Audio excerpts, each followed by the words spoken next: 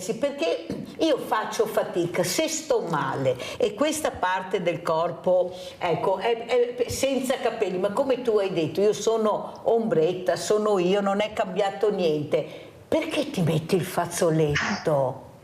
Ombretta, perché ti metti il fazzoletto?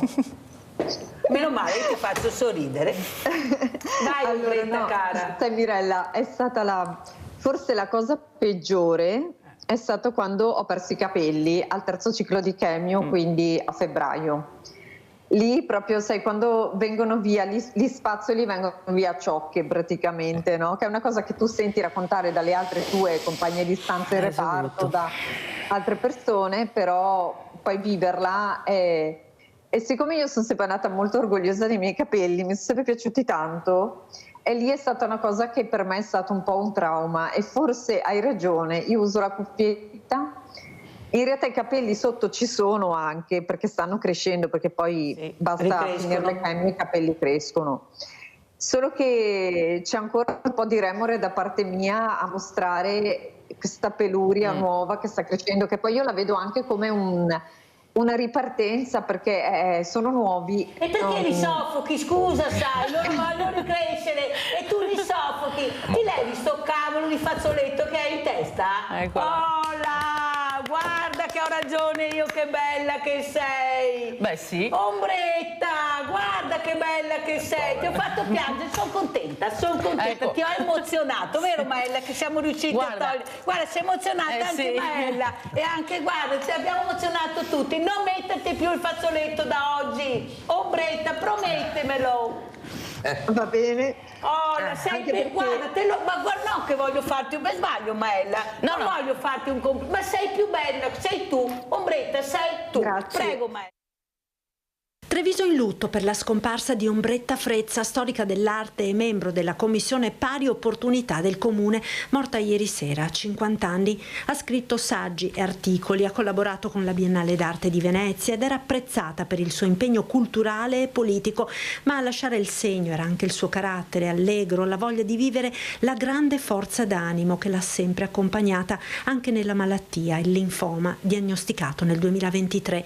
Lo chiamava linfostronzo, condividendo il percorso di cura nei social, sempre con un messaggio di speranza e resilienza, raccontato anche nel libro Finalmente Primavera.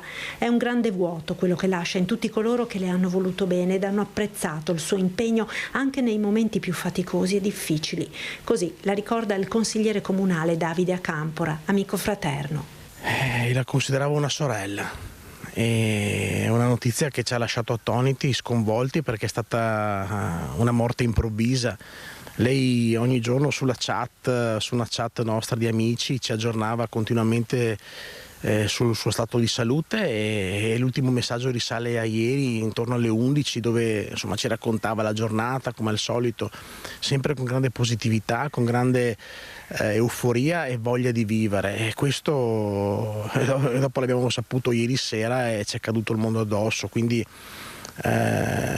una tristezza infinita e una grossa perdita per tutti noi, per chi la conosceva, ma anche per la comunità intera di Treviso. L'ultimo saluto a Ombretta Frezza giovedì 7 novembre alle 15 nella chiesa di San Martino Urbano a Treviso.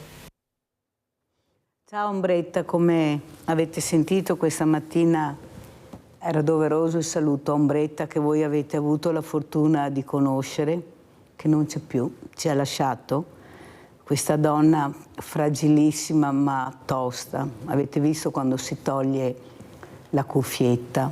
Io non l'ho obbligata. Lei da quel giorno mi diceva era un altro giorno. Riusciva a guardarsi allo specchio e capire che quella era l'Ombretta vera, non quella col fazzoletto, anche se rispetto tutte le persone che si mettono questo fazzoletto per cercare di riparare questa testa calva. Questa guerriera che nonostante questa grande malattia continuava e cercava di fare il proprio lavoro, dare dei segnali, metterci la faccia, venire in trasmissione, raccontare le storie di queste donne che tutti i giorni quando si alzano devono rimboccarsi le maniche e cercare di sopravvivere a quello che è una verità incredibile, che sono gravemente ammalate. però c'è questa speranza che ti aiuta tutti i giorni a fare quel passo in più per uscire di casa, per andare al lavoro. Queste sono le nostre guerriere, questa è Ombretta Frezza, una guerriera che non ci sarà più. Perciò veramente un grande saluto a tutta la famiglia, alla mamma in particolare e a tutte queste persone che sono state vicine e hanno avuto la fortuna di conoscere Ombretta Frezza. Detto questo, presento subito un'ospite graditissima che è la dottoressa Deborah Marcon, segretario provinciale SUNIA, Sindacato Unitario Nazionale Inquilini e Assegnatari, perché vogliamo capire com'è la situazione. Tanta gente che cerca appartamenti, noi sentiamo parlare solo di appartamenti di lusso, cifre esorbitanti, anche vecchi e ruderi magari, ma venduti a prezzi incredibili, perché non devi vedere l'appartamento ma il posto dove si trova l'appartamento, perciò ecco, non c'entra niente, l'importante è che ci sia dentro le mura, non è Pagliano, ma anche fuori non è così semplice. Allora, intanto cosa vuole dire, segretario, soprattutto anche un messaggio da donna a queste donne che lottano, un saluto anche a Ombretta, ve l'ho vista che era molto commossa nel vedere il servizio. Sì, noi abbiamo, diciamo che nel nostro sportello abbiamo l'occasione di vedere molta fragilità, anche come quella della signora Orietta. Allora, è molto difficile, guardate, perché io ho invitato Deborah Marcon per la sensibilità che ha, se no non farebbe questo lavoro. Lei deve confrontarsi tutti i giorni con le fragilità e le fragilità pendono dalle labbra di Deborah Marcon, perché in quel momento sperano che arrivi un sì, che arrivi un qualcosa, ma la coperta, se il sindaco ce l'ha corta, Deborah Marcon ce l'ha ancora più corta, sì, perché non si parla di assegnare questi appartamenti, perché ce ne sono una marea di sfitti. Prego, ce la fa, segretario. Sì.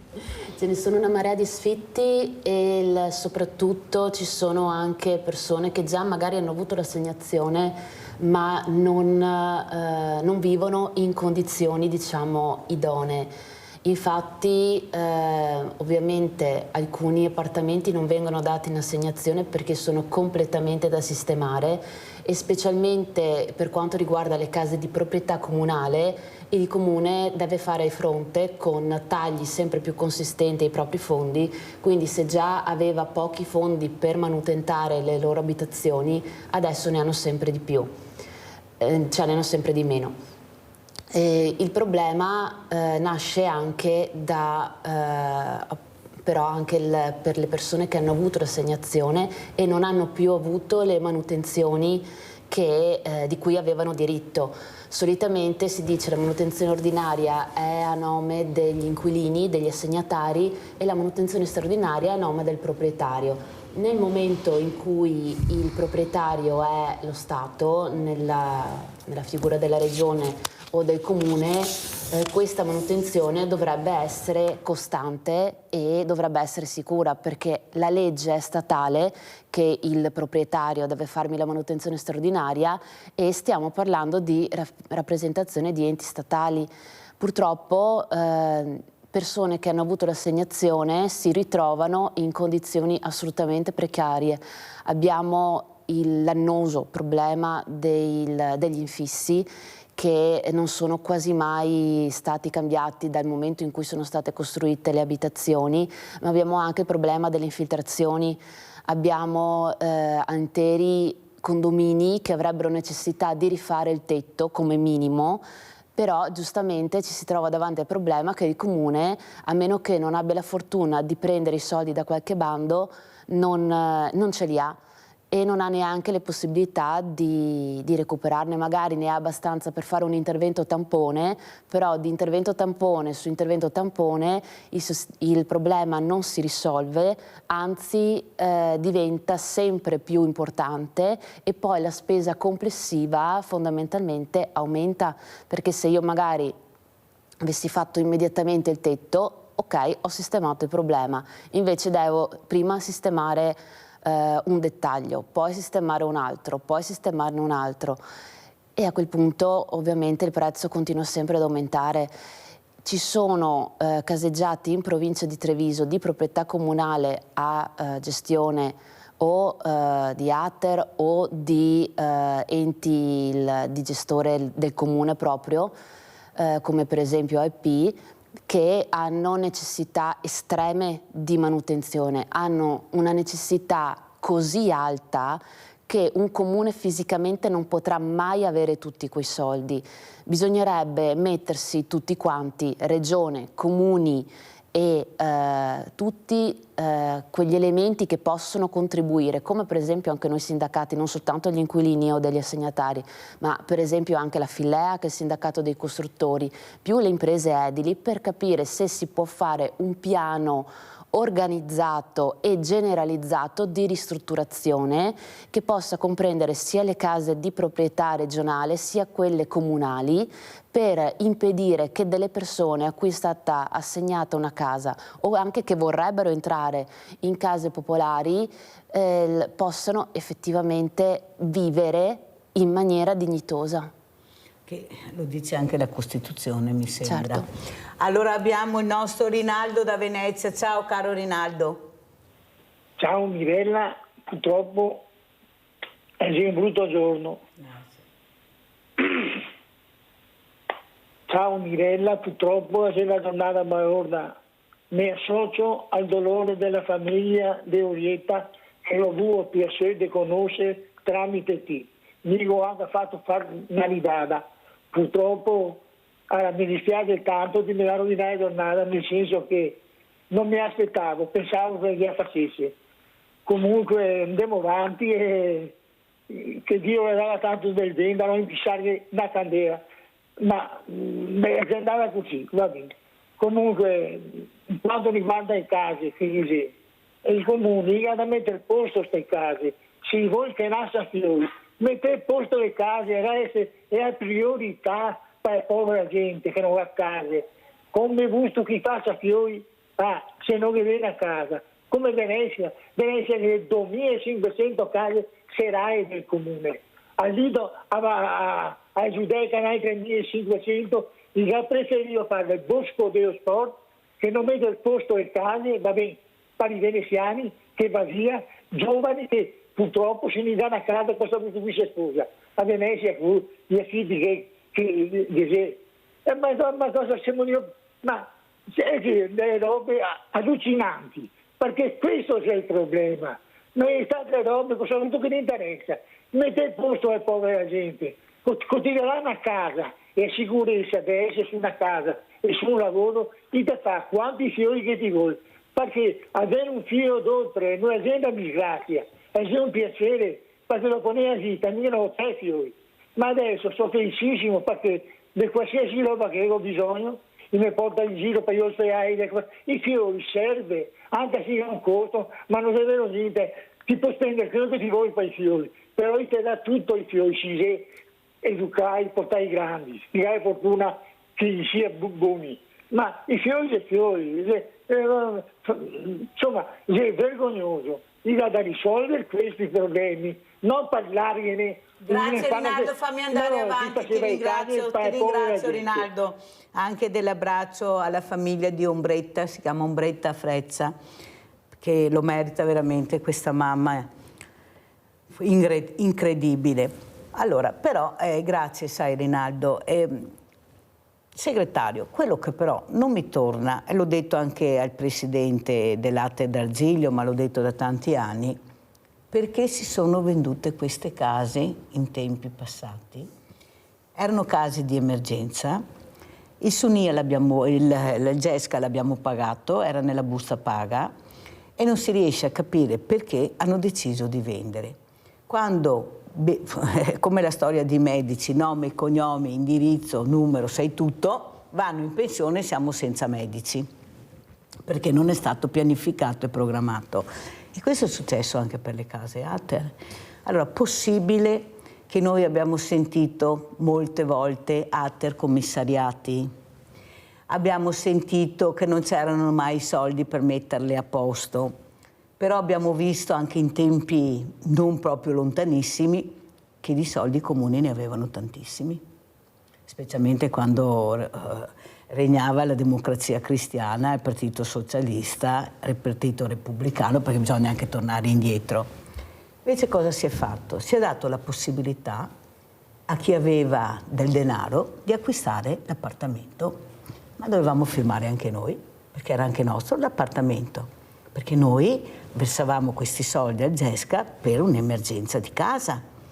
Cosa è successo secondo lei? Secondo lei è stata proprio legale questa cosa, visto che erano casi in emergenza? Ma non ho i soldi per ristrutturarle, non è un problema mio. Tu hai preso i soldi dalla mia busta paga per fare case in emergenza e io te li ho dati, perciò la casa è anche mia. Prego, segretario. In realtà non è neanche case in emergenza, perché adesso sono diventate case in emergenza a cui bisognerebbe sperare di aggiungere anche una buona quota di case per, diciamo, i ceti medio-bassi, ma in realtà dovevano essere appunto originariamente le case per chi aveva bisogno di un momento di risistemazione, anche per esempio per far crescere i figli, per poi poter passare il libero mercato. Fondamentalmente io credo che il problema serio sia stato una poca attenzione a quello che davvero c'era nel substrato, diciamo, della società. Si è visto il grande boom degli anni 80 e degli anni 90 e si è cominciato a pensare, dal mio punto di vista, che i poveri non esistessero più. Ferma, segretario, perché abbiamo un'altra telefonata, sa come funziona. Abbiamo la nostra Nadia. Ciao cara Nadia. Ciao Mirella e buongiorno ai tuoi ospiti. Niente, una giornata brutta e mi ha fatto male perché sto perdendo i capelli anch'io. Purtroppo la vita è così. Andiamo avanti e bisogna essere forti. Comunque questo è il nostro destino forse. E saluto tanto la cara Ombretta che l'abbiamo conosciuta attraverso te. E ieri quando ho visto sul telefonino che la Petra l'ha messa, sono rimasta male. Comunque Mirella, ci dispiace, però la vita deve andare avanti e ti faccio tanti auguri per il tuo compleanno.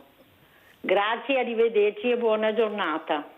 Un grande abbraccio Nadia, cara, graditissimi, ti ringrazio, anche se è un giorno molto triste per me perché mi ricorda tante donne che ho seguito anche quando ero all'Advar, che ho toccato con mano cos'è veramente il dolore, la sofferenza. Quando andavo nelle case di riposo e vado a vedere i vegetali, forse mi domando che dovremmo tutti quanti avere più umanità, più sensibilità, non essere sempre arrabbiati. Ecco, capire che la vita è una, va vissuta. Ricordate il nonno che ballava al funerale del nipote? Quanto dolore, quanto amore per quel ragazzo.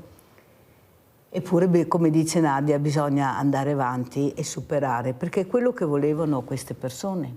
Loro lottavano per vivere, non per morire.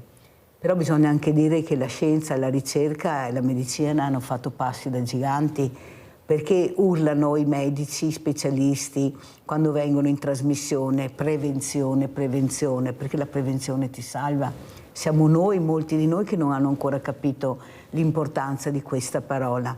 Perciò Nadia lotta, vedrai, anche perché ogni caso è un caso a sé, e va visto come un caso a sé. Perciò tu continua a lottare come ha fatto Ombretta, perché anche tu sei una guerriera, i capelli ricresceranno, lo sai, perciò è un momento, è un passaggio che dobbiamo superare e noi ti saremo sempre vicino.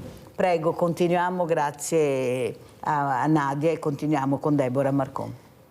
Sì, io approfitterei dell'intervento della signora Nadia per dire che effettivamente alcune persone che magari si trovano in necessità di richiedere la casa popolare possono anche derivare appunto da malattie, da infortuni, da tutti quegli elementi che non li rendono la prima scelta, la migliore scelta, diciamo, nel mercato del lavoro.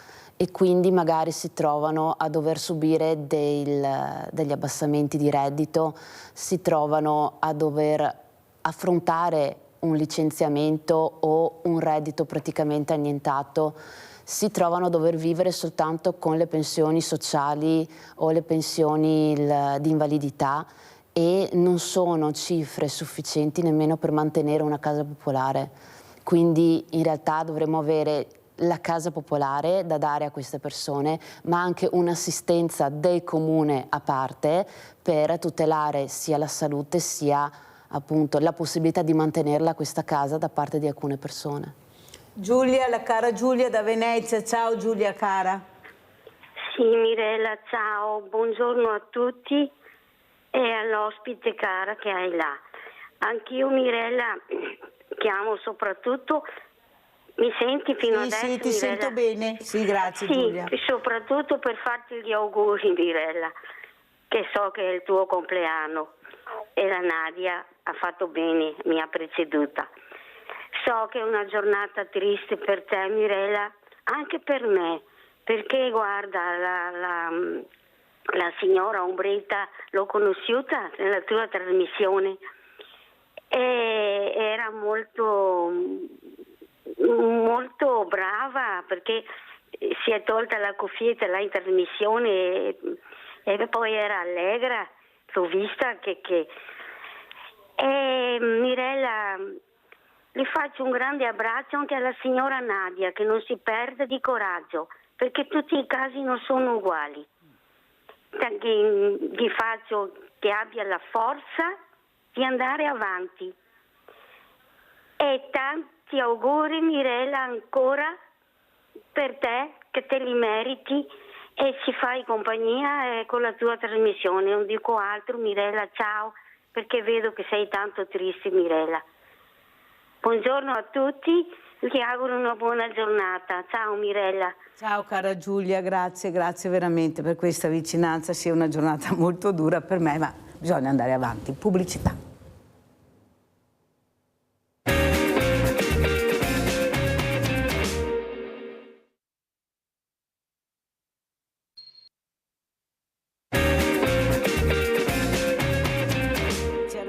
Anche un sindaco che a noi piace molto perché non appelli sulla lingua, dice quello che pensa, quello che piace a Mirella, perché è difficile trovare anche persone così che ci mettono una faccia, poi a caso ognuno fa le proprie riflessioni, ed è Marco Della Pietra. Grazie sindaco di essere qui. Grazie Mirella, buongiorno a tutti. Stavamo parlando di appartamenti sfitti, di quello che si poteva fare in passato, è inutile lasciare sempre il cerino all'ultimo che arriva, che non ha nessuna colpa e si ritrova con dei problemi enormi, con coperte cortissime, perché dicevo prima al segretario Marcon che se voi avete la coperta corta come sindaci per dare risposte a queste fragilità, loro ce l'hanno ancora più corta.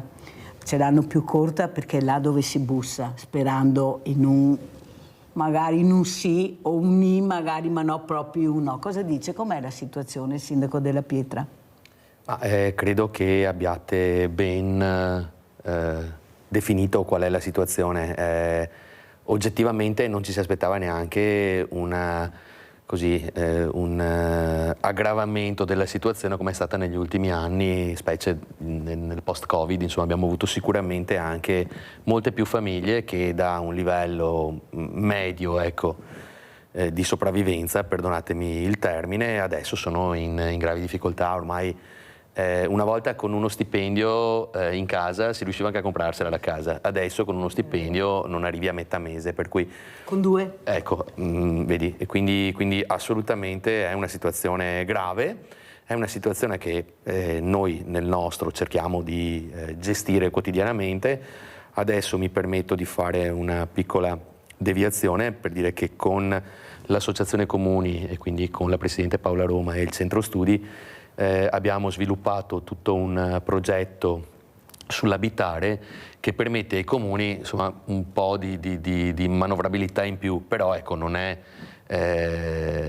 l'unica cosa che si può fare e si deve fare, ma intanto, insomma, cerchiamo di andare incontro a quelle che sono le esigenze e le difficoltà. È chiaro che un conto è parlare di una situazione contingente che si porti avanti magari per poco tempo e poi si possa risolvere.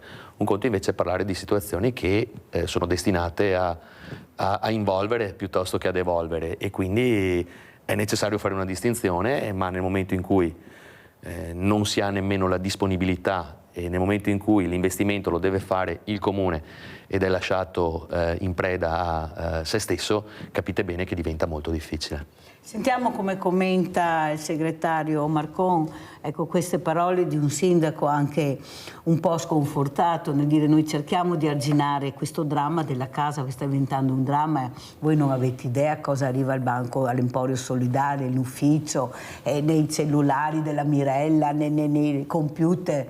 Perché pensate di non avere la casa o avere una casa? Io ieri ho accompagnato a casa una ragazza che ha tentato 2 volte il suicidio, ve lo dico. Voi dovreste vedere che casa gli hanno dato.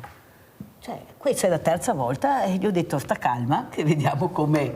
Ma non è neanche semplice mettere le mani, poi, perché anche se vuoi non è così semplice come si pensa.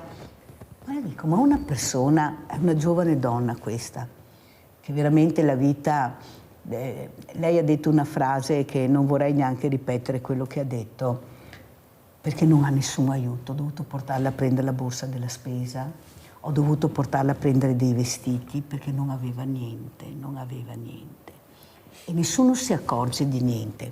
Poi parlo, perché sapete che poi io vado dal sindaco della Pietralossalio, scusa, sì, vabbè, cos'è sta storia? Mirella ma chiama. Noi facciamo tutto, sì, eccola qua, allora la vedi?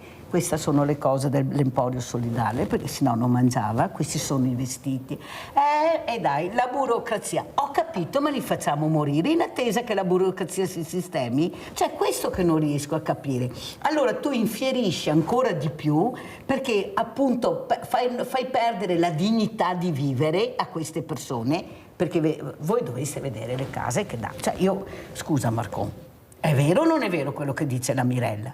Ci sono case molto ben mantenute, alcune appena riattate. Ci sono case che purtroppo non sono idonee ad essere abitate, e purtroppo nel periodo in cui effettivamente c'erano i soldi si è pensato che queste case popolari non servissero più, perché il mercato doveva regolare l'intero sistema. Si è dato tutto quanto in mano al mercato. Ora il mercato, ma in realtà i segni c'erano già stati da prima, perché non tutti potevano affrontare il mercato, non tutti erano in condizioni, diciamo, abbastanza precarie per poter vincere le assegnazioni in graduatoria.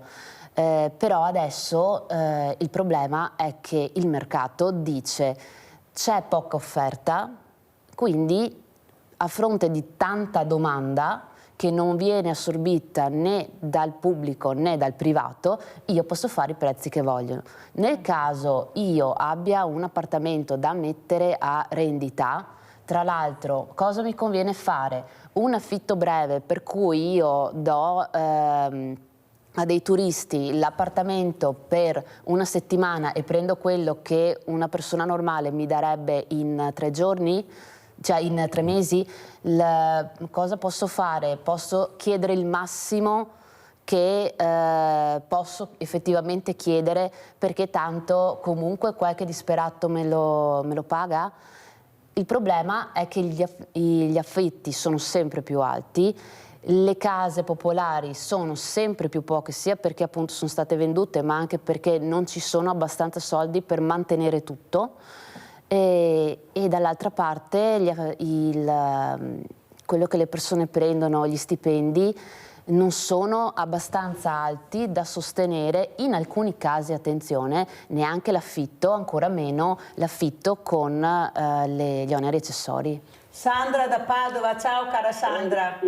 Ciao Mirella, auguri a te cara. Grazie. Per quello che fai, il tuo compleanno. Io non dico niente Mirella della signora Ombretta perché ho avuto modo di... sì. E basta, ecco, non dico altro. Io faccio tante condoglianze alla famiglia e spero che lei, dov'è, sia combattiva come lo state in vita. Ciao a tutti, arrivederci. Cara Sandra, ti ringrazio di cuore. Io spero che dopo il funerale Ombretta la vedremo come una sirena con questi capelli lunghi che vola nel cielo. Questa guerriera, questa donna che ha saputo combattere un male terribile. Lei sapeva benissimo quanto male aveva, però come ho detto prima, lei era una storica dell'arte, lei aveva questa visione bellissima della vita e bisogna sperare nella vita, non c'è niente da fare. Perciò ti ringrazio di queste parole, degli auguri, cara Sandra. Allora, Sindaco Della Pietra, quello che ha detto il segretario Marcon è molto importante, ma adesso cosa si fa? Cioè, queste persone non possono aspettare, questi bambini che crescono con le pareti piene di muffa, con la pioggia che entra dentro. Perché guardate che noi, agli empori solidali, che ne abbiamo tanti per fortuna, noi tocchiamo con mano quando vedi questi bambini che entrano e sono di una tristezza, Sindaco, di una tristezza che è impressionante la tristezza. Io li prendo per mano e gli dico, vuoi un gioco? Dai che andiamo a prendere un bel gioco. Non hanno voglia di niente, non hanno voglia di niente. E allora chiedo alla mamma, ma sei seguita dai servizi sociali? Sì, quanto è che questa bambina non parla con qualcuno dei servizi sociali a scuola? Perché sono troppo tristi. Io non posso vedere bambini di 9-10 anni con una tristezza così grande. Guarda, occhi bassi e veramente... E poi sapete cosa succede? Che arriva il bambino di colore, lo dico per quelli che vedono i diversi mani. E questo bambino dice, gli dico vai a salutarla, allora la prende per mano e la carezza. E allora vedi questi occhi un po' che si alzano da terra e che fanno un piccolo sorriso al bambino. E cosa fa il bambino? Si avvicina ancora di più e si coccola, ma senza che nessuno dica niente. Capite che forse questi bambini li sottovalutiamo? Forse riescono ad arrivare dove non arriviamo noi, riescono a farci capire che questa bambina ha solo bisogno di affetto, di carezze, ecco, di essere abbracciata. Quello che fanno i giovani che si toccano, quando si vedono la prima cosa si abbracciano, si toccano, non fanno altro, non mettono il cellulare davanti, si abbracciano. Riusciamo a capire che forse dobbiamo stare più vicini, Sindaco? Quante ore abbiamo? Tante, oggi no, tante. Allora vedi Mirella, forse questo dovrebbe far riflettere anche chi magari ha più possibilità e i figli li coccola anche troppo e va a finire che poi dopo non amano nemmeno più, no, la scoperta delle cose e io sono forse uno di questi, no? Perché poi magari quando tu li porti a prendere il giocattolino c'è una gioia e una felicità che magari chi compra un giocattolo al giorno ogni volta che si va fuori, no, per il premio, perché sei stato buono, non va bene. No, in ordine al cosa si può fare, tenete conto che è vero quanto diceva il segretario prima, ci vogliono soldi per la manutenzione, quindi mantenere una proprietà immobiliare non è cosa da poco, però vedete, mantenere una famiglia in comunità costa molto di più. Quindi bisognerebbe fare anche un ragionamento un po', non lo sto, cioè io quoto quanto detto, però a livello comunale dico sì. Tu prima hai detto ho accompagnato una ragazza che ha tentato il suicidio 2 volte. La ragazza che ha tentato il suicidio 2 volte, allora se è maggiorenne ha un percorso, se è minorenne ha un altro percorso e una comunità arriva a costare anche 500 euro al giorno per una persona. Significa 150.000 euro all'anno, giusto per dare... No, ve lo dico perché ho una persona in comunità, tra l'altro in Friuli, e quindi nemmeno in Veneto, ma queste sono le cifre. Con 150.000 euro all'anno, insomma, un po' di manutenzione agli immobili si riesce a farla. Io trovo scusatemi, vado avanti a ruota, trovo assurdo che a suo tempo con il PNRR si sia investito tantissimo in edilizia scolastica quando abbiamo magari una natalità che non è proprio, non spinge, ecco, in tal senso, e si sia lasciato fuori completamente tutto un ambito che poteva ricevere assolutamente degli aiuti. Ora è vero che so che anche Ater ha fatto degli investimenti col PNRR, però ecco, se si fosse spinto un po' più anche magari dando meno impellenze e lasciando le maglie un po' più libere anche ai comuni, quelli un po' più piccoli, perché ricordiamo che il PNRR va benissimo per i comuni di un certo numero di abitanti, per quelli più piccolini che magari hanno anche pochi dipendenti, capite bene che è difficile anche gestire, no, la cosa. Allora magari evitare di riaprire i bandi per gli asili nido comunali che avevano avuto domande per 1.300 milioni di euro e ne erano rimasti altrettanti fermi, evitare di riaprirlo per lo stesso motivo e magari dirottare le risorse su qualche altra cosa, forse avrebbe fatto bene. Sentiamo come commenta il segretario, se è d'accordo su quello che ha detto il sindaco della Pietra. No, io sono assolutamente d'accordo che i soldi del PNR dovevano essere utilizzati anche per l'edilizia pubblica, e questa è una cosa di cui non si è parlato a livello nazionale, non si è parlato a livello regionale e molto spesso non è stato neanche preso in considerazione dalla maggior parte dei comuni, in alcuni casi per le motivazioni che effettivamente venivano dette. Forse secondo me ci vorrebbe proprio un piano regionale, e visto che il problema casa è regionale, come è stato fatto più volte notare, la gestione è regionale. È vero che le case possono anche essere comunali, però bisogna assolutamente gestire la cosa fra virgolette dall'alto, anche perché il comune con più disponibilità o con più dipendenti, o attenzione anche con dipendenti con più professionalità nel campo per esempio del recupero bandi o robe del genere, possono essere autosufficienti, gli altri vengono lasciati da soli. E alcuni comuni che hanno avuto un grande aumento di cittadini hanno ancora le assunzioni ferme, quindi magari potrebbero anche eventualmente andare ad assumere uno specialista che gli dia una mano con i bandi, però non ne hanno fisicamente la disponibilità. Quindi nel momento in cui io lascio alcune situazioni gelate, bloccate, tolgo i fondi, tolgo gli storni, devo provare a mettere tutti quanti davanti ad un tavolo e discutere per risolvere il problema. Nel momento, perché è possibile anche questo, che la regione dice io da solo non ce la faccio, attenzione, più di una regione si trova in difficoltà, e allora a quel punto bisogna fare non una task force di comuni, ma una task force di regioni che dicono scusate, abbiamo assolutamente bisogno di sistemare, magari ci sono stati dei problemi di commissariamenti, ci sono stati dei problemi di sprechi, ci sono stati delle vendite che non dovevano essere fatte per varie ragioni.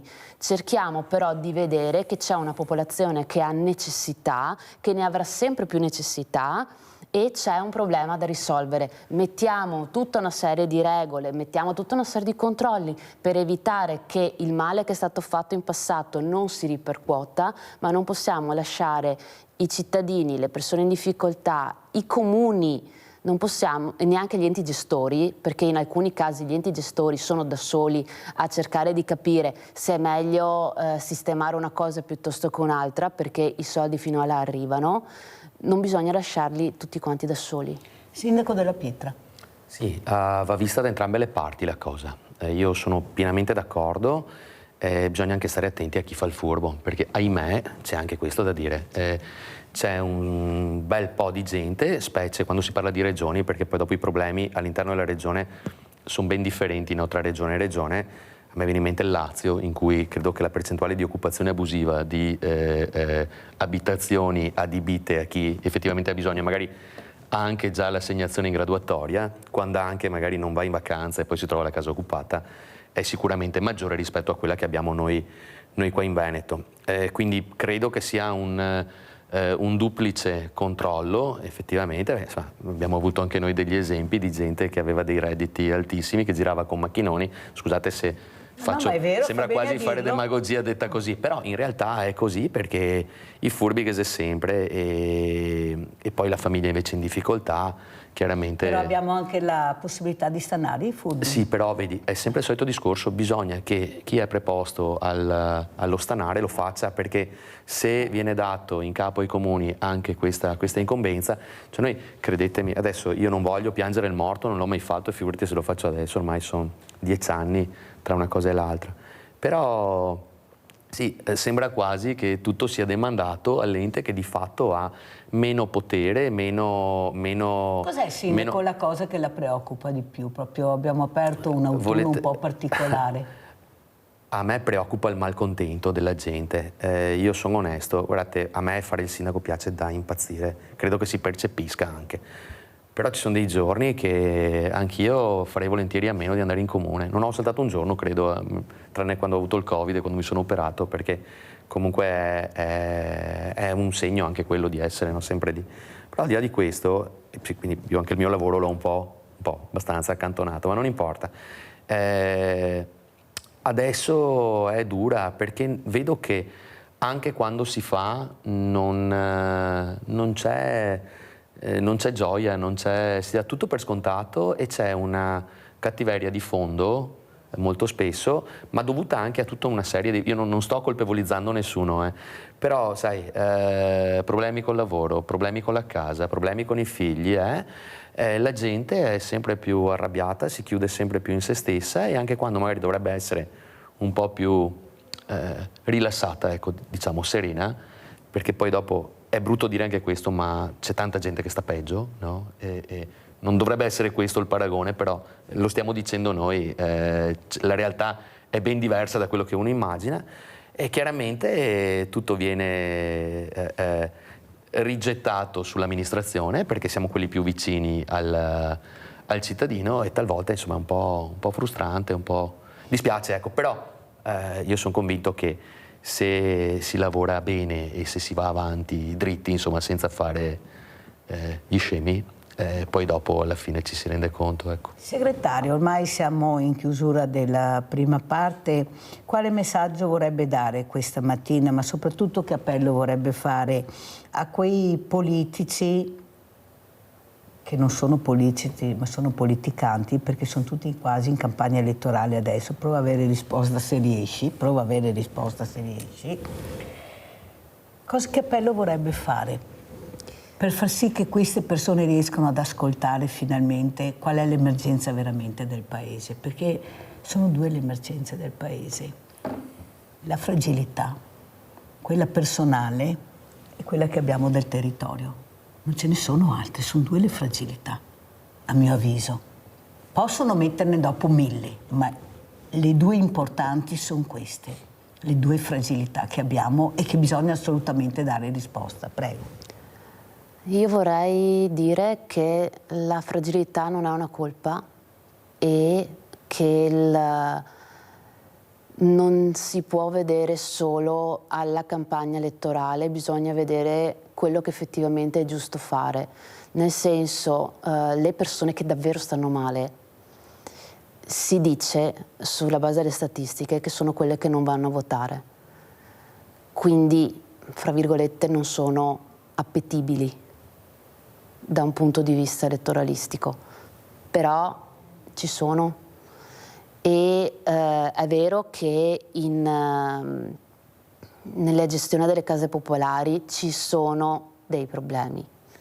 Bisogna realizzare che ci sono dei problemi, che ci sono stati dei problemi, bisogna discutere con tutti gli attori in campo, possibilmente anche con i sindacati che vedono le questioni diciamo dal basso, ma anche con gli assegnatari stessi, con le persone che vorrebbero diventare assegnatari, e capire quali sono i problemi e discutere tutti quanti insieme con tante teste diverse per capire come risolvere i problemi, perché se io non li affronto non è che spariscono, semplicemente diventano così grandi e se adesso basta magari, che ne so, sparo a caso, 1 milione, 2 milioni di euro per sistemare e rendere la questione meno pesante sulle spalle di tutti, sia delle persone, sia dei comuni, sia delle regioni, poi se io continuo ad aspettare non mi basteranno più neanche i soldi perché la situazione non è recuperabile.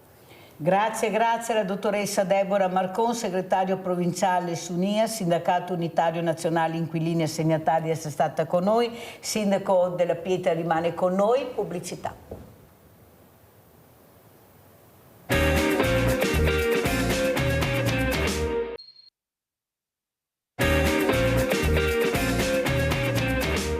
Altri graditissimi ospiti, abbiamo vicino a Mirella Maurizio Ferrara, segretario Federazione Sindacato Polizia del Veneto e coordinatore nazionale. Grazie veramente segretario di essere qui, ma soprattutto per far capire che qualcuno deve ascoltare, c'è un malessere veramente dovuto alla poca sicurezza che il cittadino sente, come diceva il sindaco della Pietra che è qui con noi, che qualcuno dovrà pur dare risposte. Saluto anche la dottoressa Emanuela Ambrec, referente progetto in farmacia per i bambini. Grazie anche a lei dottoressa di essere presente, la ringrazio.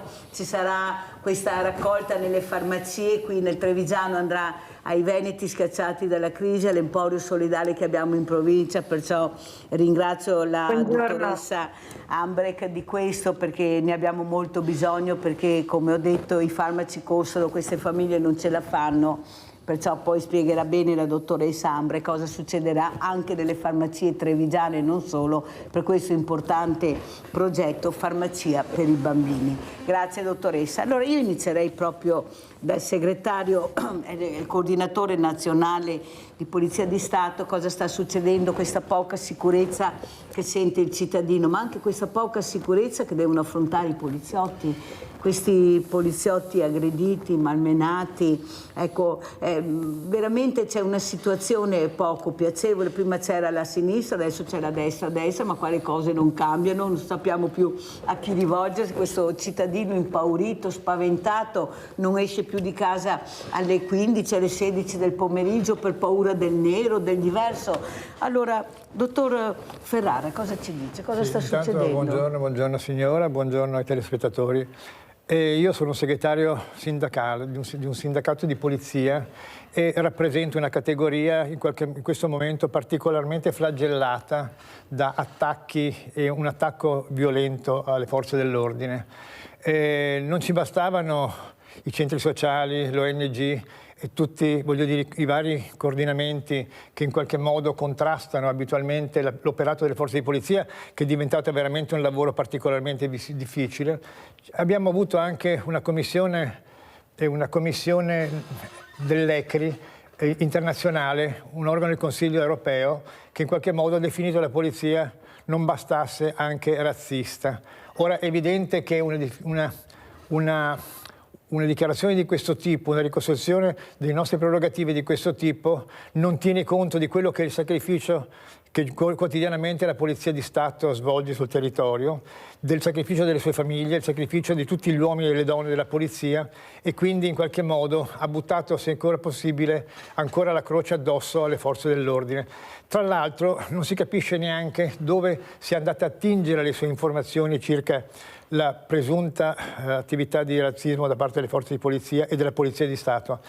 Nella relazione si parla di forze di polizia, poi qualche organo di stampa non certamente amico ha individuato nella Polizia di Stato solo e esclusivamente la polizia razzista. Detto questo, c'è sicuramente una situazione di malessere generale da parte delle forze dell'ordine che in qualche modo vengono contrastate in tutte le occasioni, manifestazioni. Ci sono proposte di legge che in qualche modo risolvono parzialmente il problema, interventi legislativi, però siamo sempre i figli di nessuno. Nessuno si occupa di noi se non in campagna elettorale. Finita la campagna elettorale, della polizia non importa più nulla, sono i contratti che sono fermi da 3 anni, c'erano prima... Erano altri 9 che non erano stati presi in considerazione, gli uomini vengono flagellati da processi molte volte gratuiti per l'attività svolta sul territorio. Insomma, è una situazione particolarmente difficile, è una situazione che in qualche modo non rappresenta quello che è lo spirito della polizia. La polizia nell'81, con la legge il 1 aprile del 1981, è stata smilitarizzata. Ciò nonostante, essendo diventato un organo attualmente, come dire, democratico, ancora si continua a parlare di manganelli, ancora si continua a parlare di polizia razzista quando non è fascista. Insomma, diciamo che non ci conforta e non conforta tutti noi una situazione di questo tipo. E questo è il preambolo. Quanto poi alla criminalità, quella è sotto gli occhi di tutti purtroppo. Ci sono interventi a tampone che vengono fatti in qualche momento. C'è una nostra proposta di legge che in parte è stata recentemente anche in qualche modo raccolta dal Parlamento e dal Governo, e ci aspettiamo che diventi poi definitivo con un pacchetto sicurezza che in qualche modo, se possibile, tuteli maggiormente le forze dell'ordine, le forze di polizia. Ecco, questo è il quadro. Un quadro anche preoccupante, direi, dottor Ferraris. Allora, prima di passare alla dottoressa Emanuela Ambrecht, perché se io dico sempre, se non ci fossero queste fondazioni, questo mondo del volontariato, questo associazionismo, per mettere delle pezze dove la politica continua a non ascoltare, a non sentire, dicono che hanno la coperta corta, pensate noi a casa che coperta abbiamo. Sentiamo la nostra Giusy. Vai Giusy, veloce, grazie. Ciao Mirella e saluto i tuoi ospiti, volevo solo farti gli auguri di buon compleanno. Grazie cara, grazie. Ciao, buongiorno. Grazie cara Giusy. Allora dottoressa Ambrecht, invece dalla sua angolazione com'è la situazione? Questa farmacia per i bambini, questa fondazione nel mondo, Fondazione Rava, proprio dalla morte anche di una donna, di una giovane donna, è nato questo aiuto nel mondo. Prego dottoressa Ambrecht, e cosa succederà? Diciamo date tutto, perché la gente deve capire che basta un piccolo gesto, una goccia per aiutare anche questi bambini e non solo. Prego. Buongiorno Mirella, e innanzitutto grazie per avermi ospitato. Ormai sono tanti anni che ci ospitate a novembre alla vigilia di questa importante iniziativa e quindi vi ringraziamo moltissimo. Fondazione Francesca Rava, come sapete, è un ente del terzo settore che dal 2000, quindi fra pochi mesi saranno 25 anni, si occupa di infanzia in condizioni di disagio in Italia e nel mondo, e noi rappresentiamo in realtà una grande organizzazione NPH, Nuestros Pequeños Hermanos, ossia i nostri piccoli fratelli, che addirittura dal 1954, quindi oltre 70 anni, ospita bambini senza famiglia o con famiglie molto indigenti in Centro e Sud America.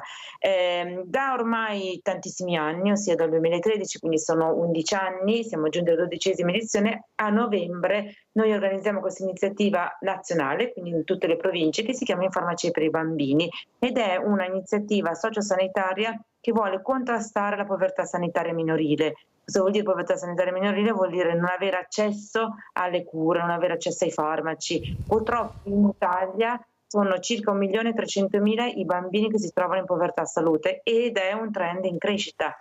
Fino a 5-6 anni fa la popolazione più povera in Italia era la popolazione anziana.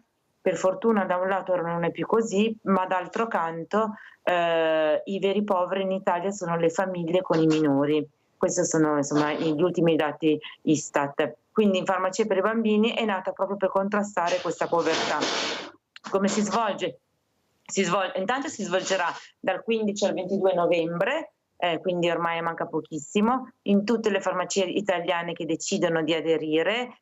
Siamo partiti nel 2013 con 300 farmacie, ora siamo oltre 2.700 farmacie in tutta Italia, quindi si svolge in tutte le farmacie che decidono di aderire, e dal 15 al 22 novembre si può andare in farmacia, acquistare un prodotto, ovviamente un farmaco che sia obbligatoriamente senza necessità di prescrizione medica, quindi o un farmaco da banco, un OTC, o comunque tutto quello che è baby care, quindi pannolini, latte, insomma ciuci, tutto ciò, e tutto questo viene quindi donata ad un ente sul territorio che si occupa di infanzia ed è assegnata alla farmacia.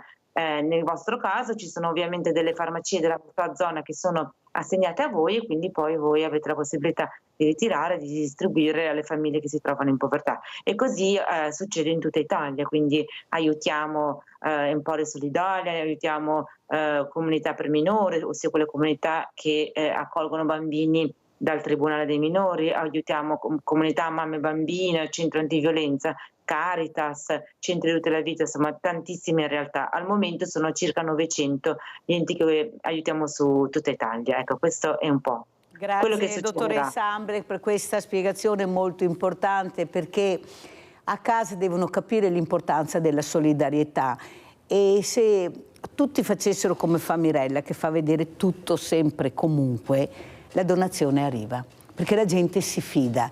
Il problema è che aveva un po' di titubanza negli ultimi anni, perché non si riusciva a capire dove andavano le donazioni, ma se la donazione la fai vedere, la gente capisce. Ed anch'io nel mio territorio abbiamo queste tante farmacie che hanno aderito, e vi posso assicurare che quando apro gli scatoloni che arrivano all'Emporio Solidale è una felicità incredibile, perché veramente capisci l'importanza della donazione. Sono donazioni molto serie e costose, perciò grazie, veramente grazie per quello che fate. Abbiamo Daniele da Verona, poi andiamo dal sindaco della Pietra. Vai Daniele, veloce, grazie.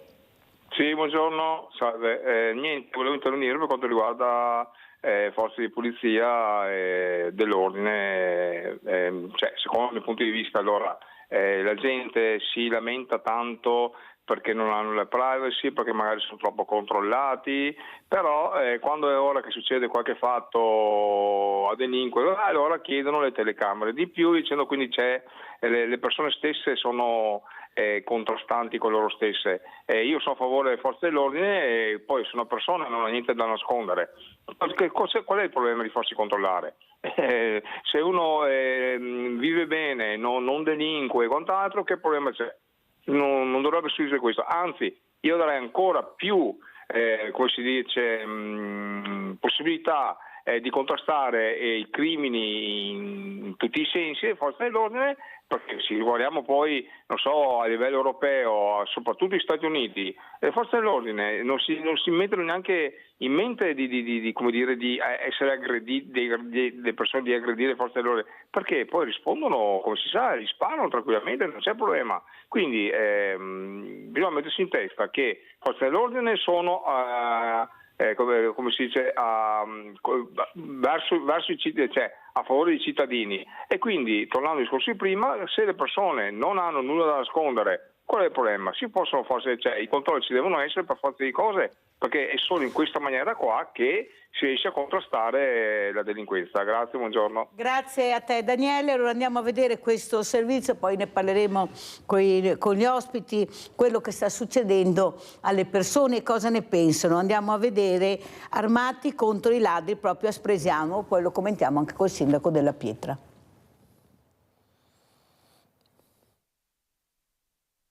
Questi delinquenti bisogna fermarli, bisogna cercare di tutelarci in qualche modo. Noi ci stiamo provando a tutelarci, a armarci in qualche modo, tutelarci. Quindi lei sta pensando ad armarsi o si è già armata sinora? Abbiamo un qualcosa, diciamo, sotto mano perché vogliamo difenderci. Impossibile dimenticare, inevitabile reagire. A poco meno di una settimana dal furto subito in casa in via Colombo a Spresiano, Ornella rivolge quasi un avvertimento ai ladri. Marito e moglie sono ancora provati e danno voce alla loro rabbia. Tutti gli italiani dovrebbero armarsi e usare le armi, perché loro non hanno paura di usarle contro di noi, capisce? Loro entrano in casa tua e non hanno paura di spararti o di bastonarti o di accoltellarti, perché sanno che la legge italiana non interviene, non fa niente, anzi li protegge. Venerdì scorso Ornella si era assentata da casa per delle commissioni con l'amica Giovanna. Al rientro la devastazione, gioielli e ricordi di una vita volatilizzati, l'abitazione sottosopra, gli infissi distrutti, il manico di un piccone sopra il letto e il sospetto che anche i cani siano stati picchiati. Da lì la denuncia ai carabinieri che nelle scorse ore l'hanno ricontattata per una parziale buona notizia. In una federa abbandonata in un fosso a Maserata è stata ritrovata la bigiotteria e delle foto di famiglia. Anelli che sono sardi, che hanno un valore sentimentale, e anche una catenina con l'albero della vita agli orecchini che mi hanno regalato i figli per la festa della mamma. E volevo ringraziare i carabinieri che sono venuti qua gentilissimi di Spresiano. Ma se da un lato si ringraziano le forze dell'ordine, dall'altro l'istinto è quello ad armarsi. Franco si sente ancora violato. Italiani dobbiamo reagire, non dico di ammazzarli, ma poco ci manca, perché loro non pensano a noi, loro se entrano, ti ammazzano, ti bastonano. E allora, visto che la legge non ci protegge, che protegge solo la politica, e non dico la parola che voglio dire, allora dobbiamo anche noi cominciamo a reagire a questa gentaglia. In modo che capiscono che noi possiamo difenderci e possiamo farli male. E ringraziate il cielo che non siete in Sardegna, perché sennò voi avete una brutta fine, ma veramente brutta, ve lo dico io. Allora vediamo anche questo servizio, un altro servizio, perché dobbiamo capire. Andiamo ladri a Spresiano. Noi non facciamo male a nessuno, è quello che abbiamo, siamo fuori dalla nostra terra 33 anni, fuori dalla nostra terra piangendo lacrime perché la nostra terra ci manca, per avere un pezzo di pane e venite qua a distruggere la serenità di una famiglia. Ma cosa volete? Perché? Io vorrei riavere le mie cose. Scendono le lacrime a Ornella dopo la lunga notte insonne, rientrando a casa verso l'ora di cena in via Colombo, poco lontano dalla stazione di Spresiano. Lei e il marito Franco si sono ritrovati l'abitazione svaligiata dai ladri. Origini sarde, operai, anni di sforzi per ristrutturare casa e crescere 2 figli. I malviventi non si sono fatti scrupolo. Prima hanno tentato di scassinare una finestra, poi hanno forzato la porta. Ho dato un calcio per cercare di sfondare, vedere dove c'è proprio la serratura. No, qui me l'ho spaccato, l'ho incollato stamattina io. Dopo sono riusciti ad aprire questo, poi mi hanno messo questo praticamente da qua, no? La porta è quella che è. Qua, poi è un po' aperto, qua. Quindi sono entrati in casa armati di un bastone. Sotto la panchina all'ingresso sono stati ritrovati degli attrezzi prelevati dal portico sul retro. Il manico di un piccone è stato lasciato sopra un letto. Loro l'hanno preso come arma. Se io arrivo che li becco su, speriamo di difendere. Si erano anche armati, insomma, per affrontare una reazione. Sì. E il piccone con le scure da qua. Perché se io arrivo, li trovo uscendo, magari loro sapevano già che c'era un'arma. Io devo cercarmi un'arma per difendermi. Loro no, li hanno già pronta là. Quindi sono gente che sono entrati con intenzioni cattive. E io con la legge italiana posso difendermi in casa mia? Bisogna cambiare le leggi. Sono saliti sopra il letto con i piedi sporchi di fango e hanno ribaltato tutto, sono sparite tutte le catenine, gli orecchini, le cosettine, i ricordi, diciamo, e hanno lasciato tutto ribaltato. Abbiamo trovato persino il manico di un piccone sopra il letto. Fango su pavimenti e letti, cassetti, armadi, scarpiere svuotati, via 2 orologi, orecchini e catenine dal valore prima di tutto affettivo, e insieme al dispiacere monta la rabbia. E loro possono entrare armati in casa mia, minacciarmi o addirittura pestarmi, e io posso reagire. Ma io d'ora in poi lo giuro su Dio, torno a casa mia, vi ammazzo, punto e basta. Io vi ammazzo. Resta la paura, l'urgente bisogno di fare qualcosa. Ornella lancia un appello. Uniamoci, aiutiamoci l'uno con l'altro. Se vedete qualcosa, cercate di collaborare, di aiutarci anche nel vicinato, perché magari possiamo bloccarle queste persone. Macchine sospette, gente sospetta, avvisate, mettete nei post, avvisiamo i carabinieri che pattuglino di più, cerchiamo di aiutarci, perché siamo nelle loro mani, non siamo più liberi in casa nostra, ecco, questo volevo dire, grazie. Non bastano gli antifurti, le telecamere, i malviventi entrano in casa e arraffano tutto quello che possono, non solo, ma fuggono lasciandosi dietro danni ingenti, vetri rotti, porte forzate, cancelli divelti. Nell'ultimo periodo i furti tentati e compiuti sono stati davvero numerosi nella Marca. La gente è ormai esasperata, spiega il sindaco di Spresiano Marco Della Pietra. Ho trovato un ragazzo qua giù e mi ha detto: guarda sindaco, che se mi trovo in casa mia copo. Cioè ormai siamo arrivati a questo livello qua. Non solo, ma fra la gente cresce sempre più la percezione di insicurezza. L'abitazione dovrebbe essere il posto più sicuro, eppure non lo è più. La certezza della pena non c'è, li beccano, il giorno dopo sono in giro. Questi ormai una volta quantomeno si travisavano anche il volto, adesso proprio sono talmente convinti dell'impunità che non gliene frega niente. Il rischio è quello di arrivare ad una giustizia fai da te. Non lo condivido, tiene a precisare il sindaco, ma riesco a capirlo. La cosa che più fa male è che poi chi paga sarà colui il quale ha difeso le proprie cose, e quindi è proprio un sistema che è da rivedere in toto. Non dobbiamo arrivare a, ma ci stanno spingendo tutti ad arrivare a. Poi aggiunge: Io credo che adesso davvero serva una riforma di questo tipo di reati, delle punizioni di questo tipo di reati. Io sono convinto che mi scoccia anche usare i termini forti, però sai, colpirne uno per educarne 100 a volte sarebbe il caso di farlo. La riforma Cartabia non ha aiutato, ma ha peggiorato la situazione. Tuono della Pietra. Secondo me è peggiorata molto, c'è questa impunità massiva che lascia fare a tutti quello che vogliono. Allora, Sindaco della Pietra, abbiamo sentito Marco. Cosa dice di Marco, le parole di Marco? Come le commenta? Condivido in pieno quello che ha detto Marco in televisione. No, adesso non... sembrano frasi forti, però come fai a biasimare una famiglia che si vede violata nel profondo e non può far nulla? Io quando prima sentivo parlare di razzismo nei confronti delle forze dell'ordine, io sì sono razzista nei confronti di chi si comporta male. Perché io devo trattare alla stessa maniera chi delinque rispetto a chi invece si comporta bene? No, io assolutamente sì. Vorrei anche ancora più possibilità. Invece è oggettivo che anche con la riforma Cartabia, mi spiace, perché dopo sembra una cosa politica, però si è ancora più attenuata la possibilità di incidere nei confronti di chi compie reati. Adesso se non c'è la flagranza di reato, scusatemi il lapsus, se non c'è la flagranza di reato si rischia e basta.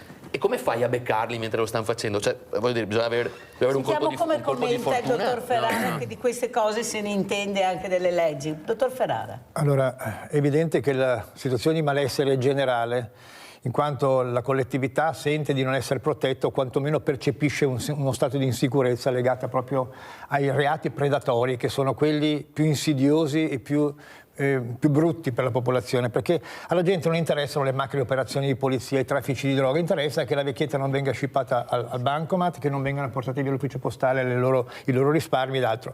Io personalmente credo che abbiamo a disposizione degli strumenti come forze di polizia spuntati, e soprattutto ci sono delle norme attualmente così tanto permissive che prevedono la rimissione in libertà lo stesso giorno della commissione di un fatto reato, anche più volte nei confronti della stessa persona. Ora, è evidente che se vengono in Italia a delinquere un motivo ci sarà. Evidentemente trovano che nella nostra legislazione ci siano dei buchi tali per cui non dico che si possa fare tutto quel che si vuole, ma quasi. Ora, io ho fatto centinaia di sopralluoghi di reati predatori, ho assistito anche a rapine fatte in casa ed altro. E la sensazione che la gente prova è una sensazione di paura, di impotenza e di terrore talvolta per questi fatti. Ora, bisognerebbe mettere mano sicuramente alla politica legislativa per quanto riguarda questo genere di reati e cominciare anche a pensare che la soluzione non è quella però di armarsi per difendersi, perché quando si arriva a questo vuol dire che lo Stato è perdente. Dovremmo avere una situazione di sicurezza data dalle forze dell'ordine che hanno strumenti adatti e idonei a tutelare i cittadini. Abbiamo Giuseppe da Musile, vai Giuseppe. Pronto? Sì, buongiorno. Buongiorno. Buongiorno, niente, stavo seguendo la vostra trasmissione, io non sono del Veneto, sono campano e praticamente questo stato di cose coinvolge un po' tutti quanti noi, perché è una situazione che non desideriamo affatto. E nostro malgrado ci ritroviamo a vivere o perlomeno o per un vissuto diretto o per raccontare delle situazioni che questo Stato, la nostra patria, non ci dà più sicurezza. Per cui ecco che ci sono questi moti di ribellione del fai da te. Io sapesse quante volte, non so se voi avete idea o ricordo di quel film Il Giustiziere della notte. che praticamente era quell'uomo che si armava e la notte cercava di trovare giustizia. Grazie Giuseppe, abbiamo capito, devo correre perché sennò non ce la faccio, ma abbiamo capito la tua riflessione molto importante. Però la mia domanda è anche questa, la chiedo e chiedo anche cosa ne pensano sia il sindaco della Pietra che il dottor Maurizio Ferrara, ma anche poi la dottoressa Ambrecht. Non è che forse abbiamo sbagliato un po' percorso, nel senso, hanno fatto questa grande costruzione in Albania per mettere queste persone che non hanno neppure gli occhi di piangere, avete detto su e giù, perché veramente siamo in un mare di realtà incredibili. E poi arrivano queste bande dall'est sicuramente, che entrano in 15, mettono a ferro e fuoco paesi, città, autostrade, se ne vanno tranquillamente, nel silenzio di tutti. Allora forse, sindaco della Pietra, lei fa parte di un partito importante. La Premier ha detto: sono Giorgia, sono una di voi. Noi vogliamo sicurezza nel territorio. Noi vogliamo vivere bene nelle nostre case. Noi vogliamo più forze dell'ordine, l'hanno detto anche le telefonate, hanno chiamato da tutto il Triveneto stamattina. Noi vogliamo essere sicure. Invece si va da altre parti. Io capisco che c'è anche questo problema, ma il problema imminente che abbiamo è la sicurezza, la nostra sicurezza. Non può essere che noi assistiamo a questi furti e non possiamo fare niente. Siamo con le spalle al muro. Perché? Perché, come ha detto lei, le leggi devono essere riviste, non può essere una cosa del genere. Tutto questo buonismo che è colpa di uno e colpa dell'altro, poi si ripercuote sulle famiglie, sulle persone, sulle fragilità. Anziani massacrati in casa, ma ve li ricordate? Parliamone. Anziani massacrati in casa, per portare via cosa poi alla fine? Perché questi, quando entro, io li ho provati, 7 ne ho provati alle 15 del pomeriggio e mi è andata bene perché mi hanno tagliato il braccio perché sono scivolata. Nel momento che loro entrano, tu non sei niente, non sei donna, non sei persona, sei solo qualcosa da depredare. Perciò se non riesco ti faccio del male. No, non può essere così. Voi sindaci, e lo dico tutte le mattine, sindaco della Pietra, avete una cosa importante, avete gli eserciti. Chi sono gli eserciti? I cittadini che vi hanno votato, che sono con voi, che vi fermano per strada. Voi dovete essere più duri con i vostri parlamentari, perché li avete i parlamentari del territorio anche che sono là. Voi dovete farvi sentire. Perché gli agricoltori sono riusciti a farvi sentire? Perché sono scesi in piazza e i numeri fanno paura alla politica. Beh, voi avete gli eserciti, sindaco. Usate questi eserciti, perché gli eserciti sono con voi e voi siete, i sindaci sono quelli, ecco, i capi dell'esercito, i generali che partono. Forse siete troppo morbidi, non lo so, non vi ascoltano, ma com'è possibile? I parlamentari non li sentiamo, ma sono del tuo partito, ma respirano un'aria diversa a Roma. No, devono respirare l'aria del territorio che voi vivete. Allora sentiamo il sindaco, poi il dottor Della Pietra e poi invece anche la dottoressa Ambrecht, come vede dalla sua angolazione questa paura. Lei è nelle farmacie, vive quotidianamente con le persone. Prego, sindaco. Sicuramente il problema dell'immigrazione è strettamente connesso ad alcuni dei reati del quale parlava anche prima il segretario generale, però non è l'unico, quindi ci sono un'altra serie di problematiche che magari non riguardano nemmeno il reato predatorio, ma l'atto vandalico, per esempio, che adesso va di moda, e sono magari ragazzini di 13-14 anni che disfano le macchine in sosta e lì sei ancora più impunito, no? Rispetto anche a una persona che magari abbia la maggiore età. Detto questo, sì, vero che noi abbiamo gli eserciti, vero anche che spesso l'esercito che abbiamo dietro, non dico sia omertoso, ma ha paura di ritorsioni personali. Quindi noi diventiamo il modo per, ma quando c'è bisogno, poi dopo, sì, ma no, ma non intendevo, ma...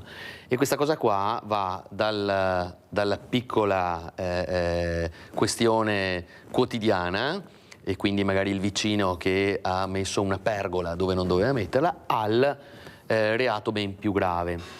Spesso tanti reati non vengono nemmeno denunciati e credo che ci sia...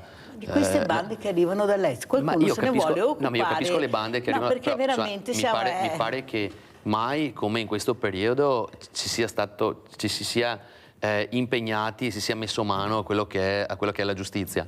Vuol dire, l'ultima riforma che abbiamo noi è quella della Cartabia, che ripeto, torno a dirlo, ma non per fare politica, ma ci ha ancor più messo in difficoltà. Insomma, mi pare che il ministro Nordio stia facendo il suo. Il problema è che i tempi non sono quelli che pensiamo noi.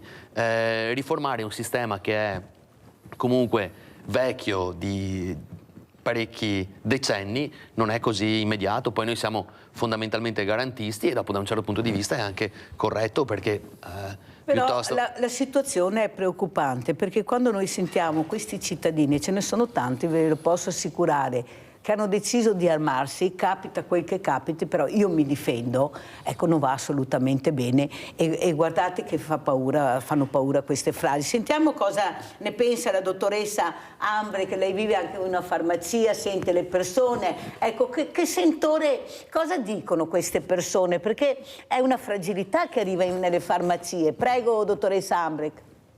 Sì, senz'altro è una fragilità che arriva nelle farmacie. Sicuramente a sentire le parole del signor Marco che parlava prima mi è molto dispiaciuto, perché fa dispiacere vedere questa rabbia e fa dispiacere sapere appunto che ci sono delle persone che vengono comunque usurpate nella propria casa, nella propria quotidianità, quindi senz'altro dispiace molto. Il sentire che il signor Marco ha riportato è ovviamente un sentire che arriva anche nelle farmacie, un sentire spesso di disagio e di sentirsi insicuri. Peraltro io lavoro in una grande città che è Milano, quindi è una città complicata dove la delinquenza è altissima, dove l'insicurezza purtroppo è molto alta, nonostante tentativi anche riusciti in alcuni casi da parte del comune e della dirigenza di riuscire a creare situazioni di sicurezza, però è una città complessa, è una città dove si cerca di fare integrazione ma non è facile, e quindi poi questo porta a confusione, porta insicurezza, in alcuni casi porta a miseria, ed è poi la miseria che poi porta anche a fare atti estremi. Quindi capisco il sentire del Signore e senz'altro è un sentire a volte comune, però ovviamente come persone e anche come fondazione noi crediamo tantissimo nell'accoglienza e crediamo anche molto nell'educazione delle generazioni più giovani all'accoglienza e al mettersi nei panni degli altri. Quindi io voglio ancora sperare che ci sia la possibilità di andare verso un mondo più sicuro, ma anche più accogliente, più integrato. Ecco. Sentiamo il dottor Maurizio Ferrara, come commenta le parole sia del sindaco che della dottoressa Ambre, che anche delle persone che abbiamo visto nei servizi. Credo che bisognerebbe lasciare lavorare il governo senza intrusioni e senza invasioni di campo da parte di altri organi dello Stato che non sono deputati a questo. Credo che il cittadino attualmente si senta circondato.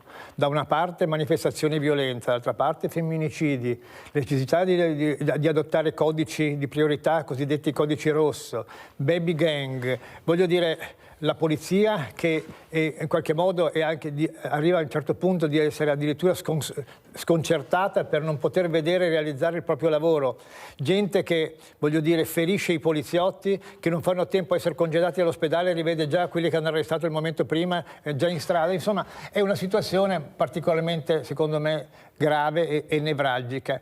Dovremmo lasciar lavorare chi ci governa e in qualche modo vigilare affinché questi fenomeni vengano in qualche modo inibiti da parte delle forze di polizia. Bisogna essere vicini alle forze di polizia, bisogna essere vicini ai poliziotti, ricordando che gli strumenti di cui dispongono sono spuntati, lo dico un'altra volta, perché non consentono di intervenire così come si vorrebbe per dare sicurezza al cittadino, sicurezza che il cittadino ha diritto ad avere. A tutto questo si aggiungono poi le manifestazioni violente, le devastazioni delle piazze, le devastazioni dei monumenti, insomma siamo in una situazione veramente, veramente grave in questo momento, in questo Paese. Io spero che il pacchetto sicurezza che a giorni verrà varato in qualche modo funzioni da deterrente anche per queste situazioni, soprattutto per quanto riguarda i poliziotti, per l'uso di bodycam, perché spesso non ci si accontenta di tacciare di razzismo il poliziotto, ma si vuole addirittura denunciarlo per violenze asseritamente subite da parte di questo. La bodycam è stata inserita nel pacchetto sicurezza, spero che andrà in porto anche questo. Spieghiamo cos'è, perché qualcuno magari dei miei diversamente giovani non sa È cos'è questa bodycam. È la possibilità di riprendere con un'apparecchiatura elettronica l'attività che viene posta in essere dal poliziotto nell'interesse del cittadino e nell'interesse del poliziotto, così che nessuno possa dire che il poliziotto ha travalicato i propri compiti o che il cittadino è andato oltre. È una garanzia per entrambi e soprattutto consente in qualche modo di tutelare entrambe le posizioni. Ci sono delle critiche al pacchetto, soprattutto in relazione a questo. Si dice che avrebbero dovuto prevedere l'obbligatorietà della bodycam, addirittura vorrebbero i numeri distintivi da parte dei poliziotti. Io, più che identificare i poliziotti con i numeri sulla divisa, cercherei di monitorare di più le frange estremiste che in qualche modo contrastano anche gratuitamente e violentemente ogni giorno la polizia sul territorio. Allora, dopo Venezia, Treviso, Padova, Verona è arrivato anche Rovigo. Vai Vladimiro. Ciao, grazie Mirella. Vado come una scheggia. Allora, 3 settimane fa o 4 finiva a Milano un processo contro un noto procuratore della Repubblica che in un processo importante aveva nascosto alcune prove a favore dell'indagato. Cioè, il procuratore che sapeva di alcune prove che andava a scagionare l'indagato le messe da parte, così poteva nel processo accusare l'indagato. È stato condannato a 9 mesi di carcere, quindi neanche un giorno, ma continua a fare il suo lavoro. La riforma Cartabia, altra insigne giurista, cosa si è ridotto? Che se non che pensi ai carabinieri, che i becca sul fatto che sta rubando, lo Stato alla vittima che dice: amico, o te che pensi ti, con la querela, o i fatti sui. E questa, sta ministra qua, insigne giurista, con l'immenso governo che c'era stato prima dell'attuale, quello di Draghi, no? Ultima, l'altro ieri, i ha coltellato una persona, un capotreno, un lavoratore che stava facendo il suo lavoro in treno, che ha chiesto a una persona biglietto, questo lo ha dato 2 coltellate e sto qua lei in ospedale, non dico tra la vita e la morte, ma molto grave, no? Quello che ha coltellato, lei è un immigrato irregolare nordafricano egiziano. Nelle stesse ore un altro ineffabile e insigne magistrato a Catania ha liberato in sostanza, cioè ha mandato libero un immigrato perché diceva che l'Egitto è un paese insicuro e quindi sto immirato qua, che è uguale a quello di Genova, sarà lasciato libero. Ecco, a me non sono salviniano per nascita, ma quando che Salvini dice che questi magistrati rende insicura l'Italia, come si fa a dare torto? Perché dico queste robe qua? Dite che ha detto che i sindaci deve impegnarsi di più con i cittadini e via parlando, ma un sindaco come quello Spresiano, per esempio, o i suoi colleghi, cosa puoi fare loro contro uno Stato che è così incapace, incompetente? No, lo Stato siamo noi, il governo. No, Mirella, lo Stato, lei la Cartabia che fa delle riforme che dice il cittadino arrangiate, no, non è che siamo noi lo Stato, Mirella, magari che fosse... A rispondere Vladimiro, sia il sindaco della Pietra che il dottor Ferrara, e devo intervistare anche la dottoressa Ambrek perché sta facendo veramente un lavoro immane con tutta una squadra, perché si tratta di squadre molto importanti. Allora, il sindaco della Pietra, come commenta le parole di Vladimiro? Ma credo ci sia poco da commentare. Cosa vuoi dire? Di fatto ha citato due eventi che sono sotto gli occhi di tutti, un controllore che chiede il biglietto e viene accoltellato, cioè siamo arrivati a questo punto. Io veramente non so neanche cosa poter dire a riguardo. Un ragazzo pesta una scarpa e, ma ti si sparo. Guarda, si guarda male. Dobbiamo guardarla a 360 il 17enne che ha ammazzato il 19enne, no? Sì, ma ogni giorno ce n'è una e sì. Poi è vero che a fronte di tutta una serie di negatività ci sono anche le cose belle, ma la gente non le guarda neanche più le cose belle, perché guardate che il progetto che sta facendo la dottoressa è un qualcosa di meraviglioso che credo che debba essere enfatizzato nella sua bellezza. Perdonatemi il termine bello che io non uso mai, ma in questo caso qua non me ne viene uno diverso. Eppure a fronte di accadimenti quotidiani negativissimi, cioè non ci accorgiamo neanche di quanto bello ci possa essere al nostro fianco. No? Dottoressa Ambrecht, ha sentito anche cosa ha detto il sindaco della Pietra, questa bellezza che viene dal mondo della solidarietà, del sociale, ma i cittadini partecipano perché offrono, vuol dire che hanno capito l'importanza della comunità, ecco, fare comunità, questa parola che era sparita e finalmente è uscita un'altra volta, bisogna fare comunità, aiutare. Prego dottoressa Ambrecht.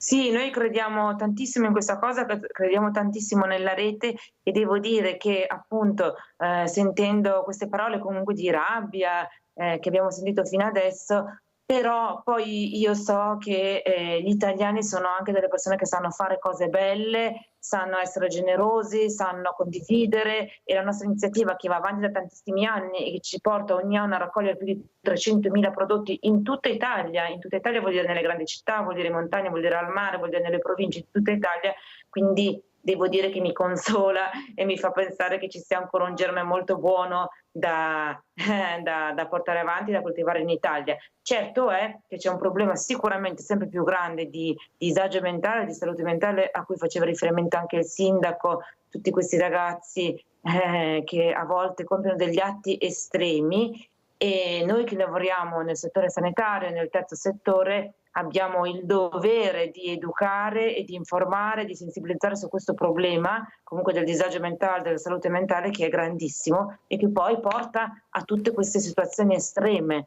perché poi tutte queste situazioni estreme sono dei campanelli di fragilità in ogni caso. Anche perché dobbiamo assolutamente capire che c'è una bravissima gioventù, io li difendo sempre tutte le mattine, abbiamo degli esempi meravigliosi, ecco io vi invito a vedere tutti i sabati alle 12 quando vado in onda questo concerto di questa orchestra, anzi dottoressa lo dico anche lei, guardi la puntata di sabato alla fine dove c'è questa orchestra di ragazzi dai 12 ai 22 anni che suonano sinfonie di un dono e sono meravigliosi, li abbiamo noi qui nel nostro territorio e pensi dottoressa che non sanno neanche che c'è, ha capito com'è qua, sarà anche profondo sud ma siamo anche profondo nord, glielo dico io, ma molto profondo nord, però io tutti i sabati li mando per far capire che questi sono i nostri giovani che vanno a scuola, si comportano bene, hanno la passione della cultura e della musica e della storia. Allora detto questo sentiamo Livio, poi andiamo dal dottor Ferrara, vai Livio. Mirella, ciao e saluto tutti i tuoi ospiti. Dunque, purtroppo i giudici applicano le leggi che fa il nostro Parlamento. Se ci sono delle leggi infami contro tutti i cittadini, vediamo ancora sulla legittima difesa che un cittadino non può difendersi quando entrano dei delinquenti in casa. Ma non solo questo, e questo è uno dei tanti esempi. Purtroppo i giudici applicano le leggi, anche il sindacato di polizia, secondo me, non fa abbastanza per i poliziotti, perché si devono far massacrare e non possono reagire. Se fosse in America sparerebbero e sarebbe giusto, non possono neanche difendersi, neanche difendere i cittadini. E purtroppo queste leggi le fa il nostro Parlamento e se non c'è un cambiamento le cose non cambieranno mai. È inutile parlare del decreto sicurezza e non porterà niente di nuovo secondo me. Vi saluto e grazie. Grazie Livio anche per essere stato sintetico. Dottor Ferrara, come commentiamo sia quello che ha detto il sindaco, la dottoressa Ambrecht, Livio da Padova, Vladimiro, i tanti che hanno chiamato questa mattina? Cosa vuole che dica la signora? Evidentemente in questo paese la divisione dei poteri non esiste, c'è una invasione di campo reciproca tutti i giorni, vediamo che si organizzano i centri all'estero e questo non va bene, si decide quali sono i paesi che sono in via politica, i paesi a rischio e certa magistratura non li condivide e non tiene in considerazione quelle che sono le decisioni di tutti i cittadini con provvedimenti normativi e allora è evidente che la gente si sente veramente frastornata e si sente impotente di confronti di questa situazione. Io ho operato molti anni sul territorio e vi assicuro che è molto difficile portare a casa un risultato quando gli strumenti di cui si dispone sono inidonei, non sono sufficienti, ma soprattutto non c'è una risposta legislativa tale che consenta ai pregiudicati di stare in galera e marcire in galera e alla polizia di tornare a casa sana perché non viene in qualche modo aggredita e ferita quando non addirittura ucciso. Noi abbiamo tanti di quei feriti tra le forze dell'ordine, però è un popolo silente, non interessa niente a nessuno, non c'è nessuno che parla di quello che succede tra le forze dell'ordine. Noi siamo solidari anche con il controllore del treno che è stato accoltellato ieri, ma 2 giorni fa, però è quello che succede tutti i giorni anche ai poliziotti.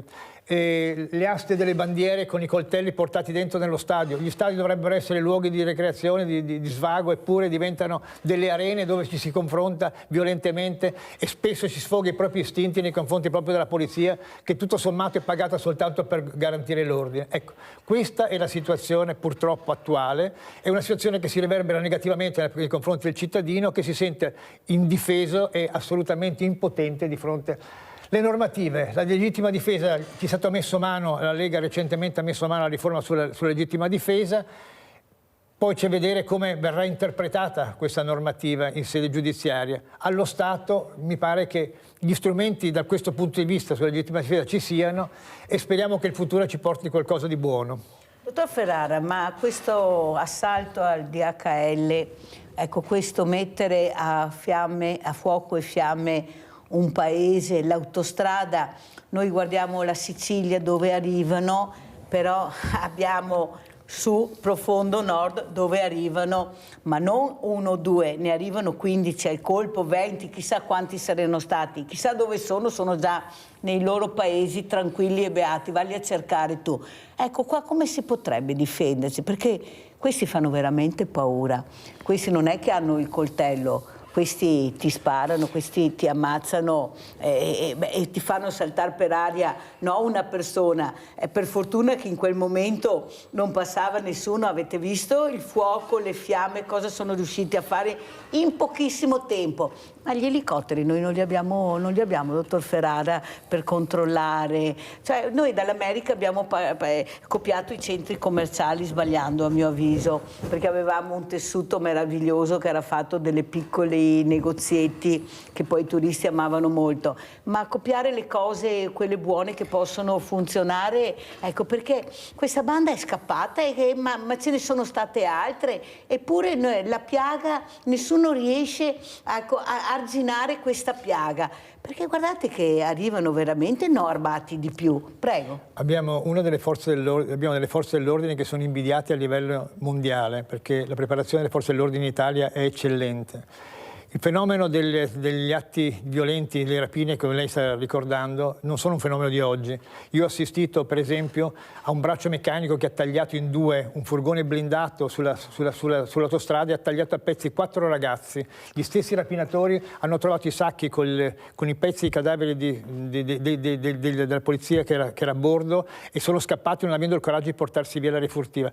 Voglio dire, non è un fenomeno di oggi, però ci si deve chiedere per quale motivo tutti vengono in Italia a delinquere. Evidentemente ci sono delle norme che sono colabrodo, però non facciamoci mancare neanche i nostri, perché anche dal sud vengono al nord e dal nord vanno al sud.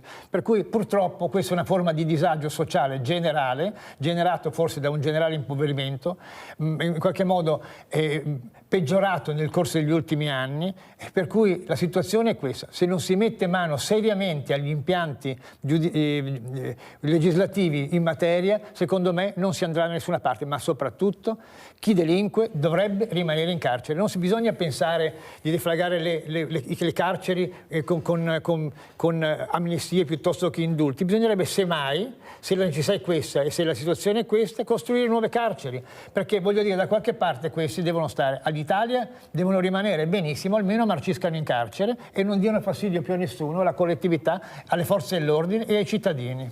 E allora noi invece vogliamo fare qualcosa per aiutare la comunità, questo papà, questo Andrea Dan che ha perso questa adorata figlia Manuela, Da quel momento si è rimboccato le maniche per avere giustizia e per salvare le vite umane. Ha cercato di far capire l'importanza dell'airbag obbligatorio nelle motociclette, ha bussato anche in Europa. Domenica saremo a Montebelluna per questa raccolta firme, perché in politica contano i numeri, dobbiamo raccogliere le firme. Abbiamo anche le associazioni, i Vespa Club, che ci daranno una mano per capire l'importanza di questo strumento. Andiamo a vedere il video e poi lo commentiamo con i miei ospiti. Ecco, qui stiamo vedendo, ecco, l'airbag che noi vogliamo portare.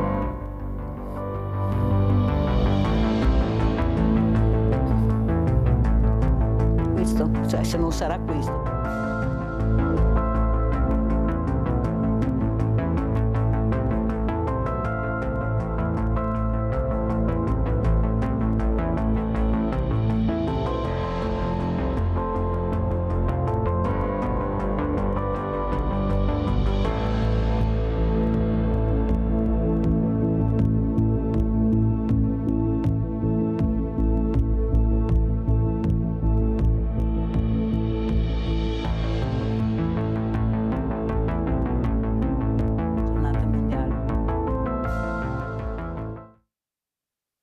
Il dottor Ferrara mi chiedeva che costi avranno. Allora si parla di 600-700 euro, però penso che di fronte a una vita umana o al vivere sia poca cosa, e se ci mettiamo tutti assieme forse ce la faremo, perché riguarda l'Europa, cioè non è che riguardi solo noi, riguarda il mondo questa roba qua. È un bene comune l'airbag obbligatorio nella motocicletta, ti salva la vita, l'avete visto?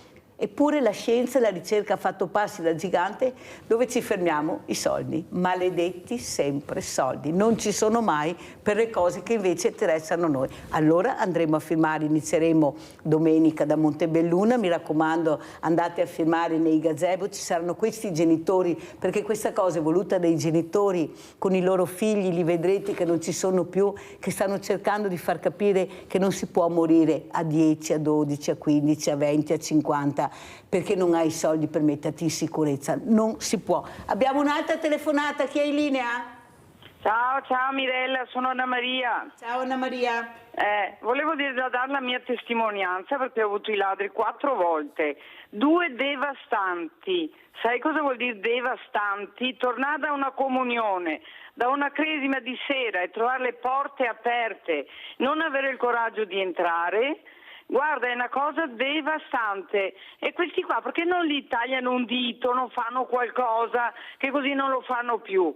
Perché è devastante. Io adesso la sera ho paura di uscire, ho paura di andare via perché non so cosa trovo quando torno, perché ti spaccano le porte. Io avevo anche una ringhiera scassinata, anche quella. Devastante. Grazie Anna Maria, devo correre perché sono in chiusura, ma voi capite come funziona la trasmissione, un'ora vola. Allora, Sindaco Della Pietra, come commenta quello che abbiamo visto, questa raccolta di firme, e poi parleremo ancora di furti, ma mi interessa anche per dare sostegno. Ma pensate che ci saranno i genitori dei ragazzi che sono morti, che raccoglieranno le firme, vi rendete conto? Eppure cercano di arginare, veramente mettendoci la faccia. Prego, Sindaco. Allora, io sono un motociclista, quindi sono piuttosto sensibile a queste cose e devo dire che il discorso airbag è un po' che ci penso. Quindi probabilmente io non credo alle coincidenze, probabilmente se stamattina mi ha invitato qua e si sta parlando di questa cosa qua vuol dire che forse... Io non gliel'avevo accennato, no, è vero Sindaco? No, assolutamente no, quindi non... però davvero da un pezzo che ci stavo pensando, effettivamente anche per chi magari ha la possibilità, 600-700 euro sono un costo, però effettivamente di fronte alla vita credo che non sia, no? Per chi può è bene che se lo compri anche prima della raccolta firme, per come la vedo io. È chiaro che però se si rendesse obbligatorio e ci fosse una campagna di sensibilizzazione, e perché no, è evidente, quando vendi 10 prodotti il prodotto costa tot, quando ne vendi 1000 il prodotto è evidente che possa rientrare e quindi possa costare anche meno, per cui io la trovo un'iniziativa assolutamente da appoggiare. Verrò a firmare a Montebelluna, ma vorrei fare a Spresiano qualcosa, quindi magari firmerò direttamente a Spresiano. Credo che io ho mia mamma, io ho 48 anni e ho mia mamma che ogni volta che salgo in moto prega, e adesso che ho messo in vendita la mia moto era, penso, la persona più felice sulla faccia della terra, perché lei ha sempre avuto paura. Però è evidente che io senza moto poi dopo non starò, e quindi è un peccato che si debba rinunciare anche a delle passioni, perché ogni giorno leggiamo cosa accade per le strade. E allora, assieme a questo tipo di iniziativa, che ripeto trovo assolutamente lodevole, continuiamo a fare educazione stradale, continuiamo a insegnare alla gente che per strada non si va col cellulare, non si va distratti, non ci si deve mettere alla guida alterati. Continuiamo a insistere anche su queste cose qua, perché molto spesso non è neanche perché tu guidi male, ma è perché c'è qualcun altro che mette in pericolo te. Per cui non dimentichiamoci mai, ecco, di quando si sale su un veicolo di salirci con testa. Grazie anche per il supporto che sta dando il sindaco Della Pietra a questi genitori, perché guardate che veramente hanno avuto un'idea geniale, specialmente Andrea Dan, quello di dire adesso basta, adesso partiamo. Abbiamo fatto anche, abbiamo cercato di coinvolgere anche i familiari vittime della strada, perciò saremo a livello nazionale, li ho avuti ospite, perciò loro hanno il diritto, come ha detto lei il sindaco, immediatamente, perché la trovo una cosa incredibilmente positiva, perciò saremo a livello nazionale, partirà proprio in Italia questa raccolta firme, grazie anche ai familiari vittime della strada che veramente hanno capito l'importanza. Dottor Ferrara, cosa ne pensa lei di questa iniziativa, ma anche delle telefonate? Trovo che sia un'iniziativa assolutamente meritoria. Quando si gira in moto non ci si rende conto di quanto fragile sia la tua posizione, così come si va in bicicletta è la stessa cosa. Il problema non è quello che tu puoi fare, ma quello che possono fare gli altri. Quindi in qualche modo riuscire a fronteggiare dei problemi così pressanti con uno strumento così tecnologicamente evoluto, credo che sia veramente una bella iniziativa e veramente complimenti per questa idea. Allora sentiamo anche la dottoressa Ambre, che invece adesso parleremo di farmacia per i bambini, indipendentemente anche lei cosa ne pensa, perché la metteremo anche nei farmacie. Vedremo come fare questa grande raccolta, perché per arrivare in Europa ci vogliono numeri, perciò chi sente andate a firmare quando vedrete nelle piazze questa raccolta firma, perché è un bene comune per la comunità. Allora intanto diciamo la data della raccolta nelle farmacie, farmacia per i bambini, dottoressa, che è importante. Allora, la settimana sarà dal 15 al 22 novembre, quindi settimana prossima. Nella zona di Treviso ci sono circa 50 farmacie e 10 enti che riceveranno quindi i prodotti che verranno raccolti, per cui dal 15 al 22 novembre una settimana. Per vedere quali sono le farmacie aderenti si può andare sul sito nostro, quindi in farmaciaperibambini.org, e troverete la geolocalizzazione di tutte le farmacie aderenti, quindi voi andate sul vostro territorio e vedete quale farmacie aderiscono, oppure più facilmente andate nella vostra farmacia di fiducia e chiedete al titolare o al direttore della farmacia se partecipano. Anzi, se poi le persone che ci ascoltano vogliono coinvolgere le proprie farmacie che magari ancora non partecipano, possono ancora farlo. Proprio quello di cui parlavamo prima, questo è una squadra, la nostra è una squadra. In Farmacia per i Bambini è una campagna che si realizza attraverso una rete fittissima che si è creata in questi 11 anni tra i cittadini, i farmacisti e gli enti e tutti i volontari, le istituzioni e le aziende che ci hanno sostenuto. A proposito, ringraziamo anche l'associazione combattentistica, con il suo presidente Enzo Andretta, che aiuterà Mirella e i volontari a fare questa raccolta, perché bisogna dire grazie anche a queste figure, a questo presidente che ha una sensibilità con la propria squadra incredibile, perciò avremo questo supporto e troverete queste persone all'interno delle farmacie che raccoglieranno questi prodotti. Prego, dottoressa. Sì, avremo anche delle forze dell'ordine, appunto i combattenti, ma poi avremo persone della Marina Militare, dell'Aeronautica, i pompieri. Li abbiamo sempre avuto tutte queste figure e per noi è una presenza importantissima. Anzi, noi siamo molto contenti che ci siano loro, ci siamo resi conto che la loro presenza appunto, tornando un po' al discorso di prima, incute molta sicurezza nei cittadini che entrano, si fidano, essendoci loro, e la collaborazione soprattutto con Marina Militare va avanti da tantissimi anni, è iniziata nel 2010 durante il terremoto in Haiti, come magari molti di voi sanno, noi siamo molto impegnati in Haiti, dove abbiamo un ospedale, le scuole di strada, e abbiamo iniziato la nostra attività più forte soprattutto durante il terremoto del 2010. È da lì che è nata la collaborazione con Marina Militare, e poi ci ha seguito in tutte le attività sul territorio italiano, tra cui in farmacie per i bambini, e così anche aeronautica. Quindi la presenza di questo tipo di volontari è molto importante. Oltre a loro avremo volontari delle aziende, quindi anche questo è un'attività importantissima, il volontariato aziendale, questo per tornare quante persone buone ci sono nel nostro territorio, quindi le aziende che donano il monte ora dei propri dipendenti venerdì 15 novembre, e anziché recarsi in azienda andranno in farmacia e faranno i volontari per noi. Abbiamo i volontari degli enti ovviamente, e abbiamo anche i beneficiari a volte degli enti, quindi gli ospiti degli enti che vanno in farmacia come volontari, quindi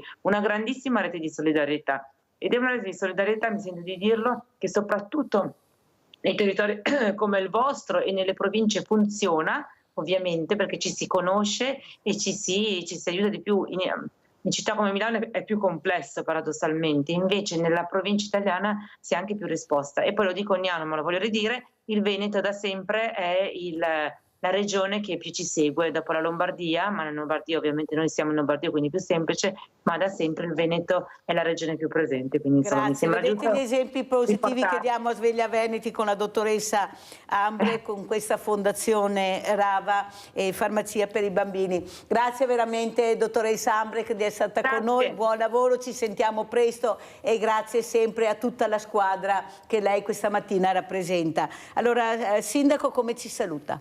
Vi saluto con un messaggio che mi ha appena mandato mia madre, che ha saputo che vendo la moto, ma poi dopo ho idea di non smettere, e mi ha scritto: basta moto Marco, che ci sono degli automobilisti che non le vedono, e mi ha messo tipo 7 punti esclamativi. E io ho risposto dicendo che non ho più 20 anni e non è che la usi, poi ci vado al lavoro e poco più. E comunque ho scritto: l'airbag è figo, testimonia la cosa. No, vedete, è un peccato che magari anche per la distrazione di qualcuno, per così la superficialità di qualcuno quando si mette alla guida, poi ci siano mamme che scrivono ai figli appunto di 48 anni certe cose. Guardate che non è però credo che piangere un figlio sia la cosa peggiore che possa accadere. Sì. Dottor Maurizio Ferrara, ecco, lei è andato a Padova a fare questa protesta, che la questura di Treviso si è spostata a Padova per far capire l'importanza che state cercando di dire anche questa mattina tramite la sua voce, dottor Ferrara, di quello che serve sicurezza per tutti, questa è la verità, prego. Noi facciamo proposte di legge, noi proponiamo tutela per i poliziotti, assistenza legale laddove non viene fornita, perché i poliziotti adesso si devono pagare anche l'avvocato, insomma, e protestiamo, come abbiamo fatto nei giorni scorsi, quando una Commissione europea pagata con i soldi dei cittadini italiani, con degli elementi del tutto non condivisibili, taccia la polizia di razzismo. Ora, è evidente che la polizia non può scioperare, però deve far sentire comunque la sua voce. Noi siamo vicini come sindacato di polizia a tutti i nostri iscritti, ma a tutti i poliziotti e alle poliziotte del territorio, sperando che ci diano e ci consentano di avere gli strumenti idonei per fronteggiare un fenomeno che è quello della sicurezza, che pare in questo momento stia sfuggendo di mano a tutti. Grazie anche al dottor Maurizio Ferrara, segretario di Polizia di Stato, coordinatore nazionale, veramente per far capire l'importanza che il governo deve ascoltare, perché tutti dicono lo Stato, ma lo Stato siamo noi, il governo è un'altra cosa, il governo deve agire, noi siamo stanchi di parole, noi abbiamo bisogno della certezza della pena. Deve arrivare questa certezza della pena. Io rappresento anche questi genitori, loro non vogliono soldi, loro vogliono la certezza della pena, che questa persona che ha sbagliato paghi quello che la legge prevede, però che paghi, perché così non si può andare avanti. Grazie a tutti i miei ospiti, pubblicità.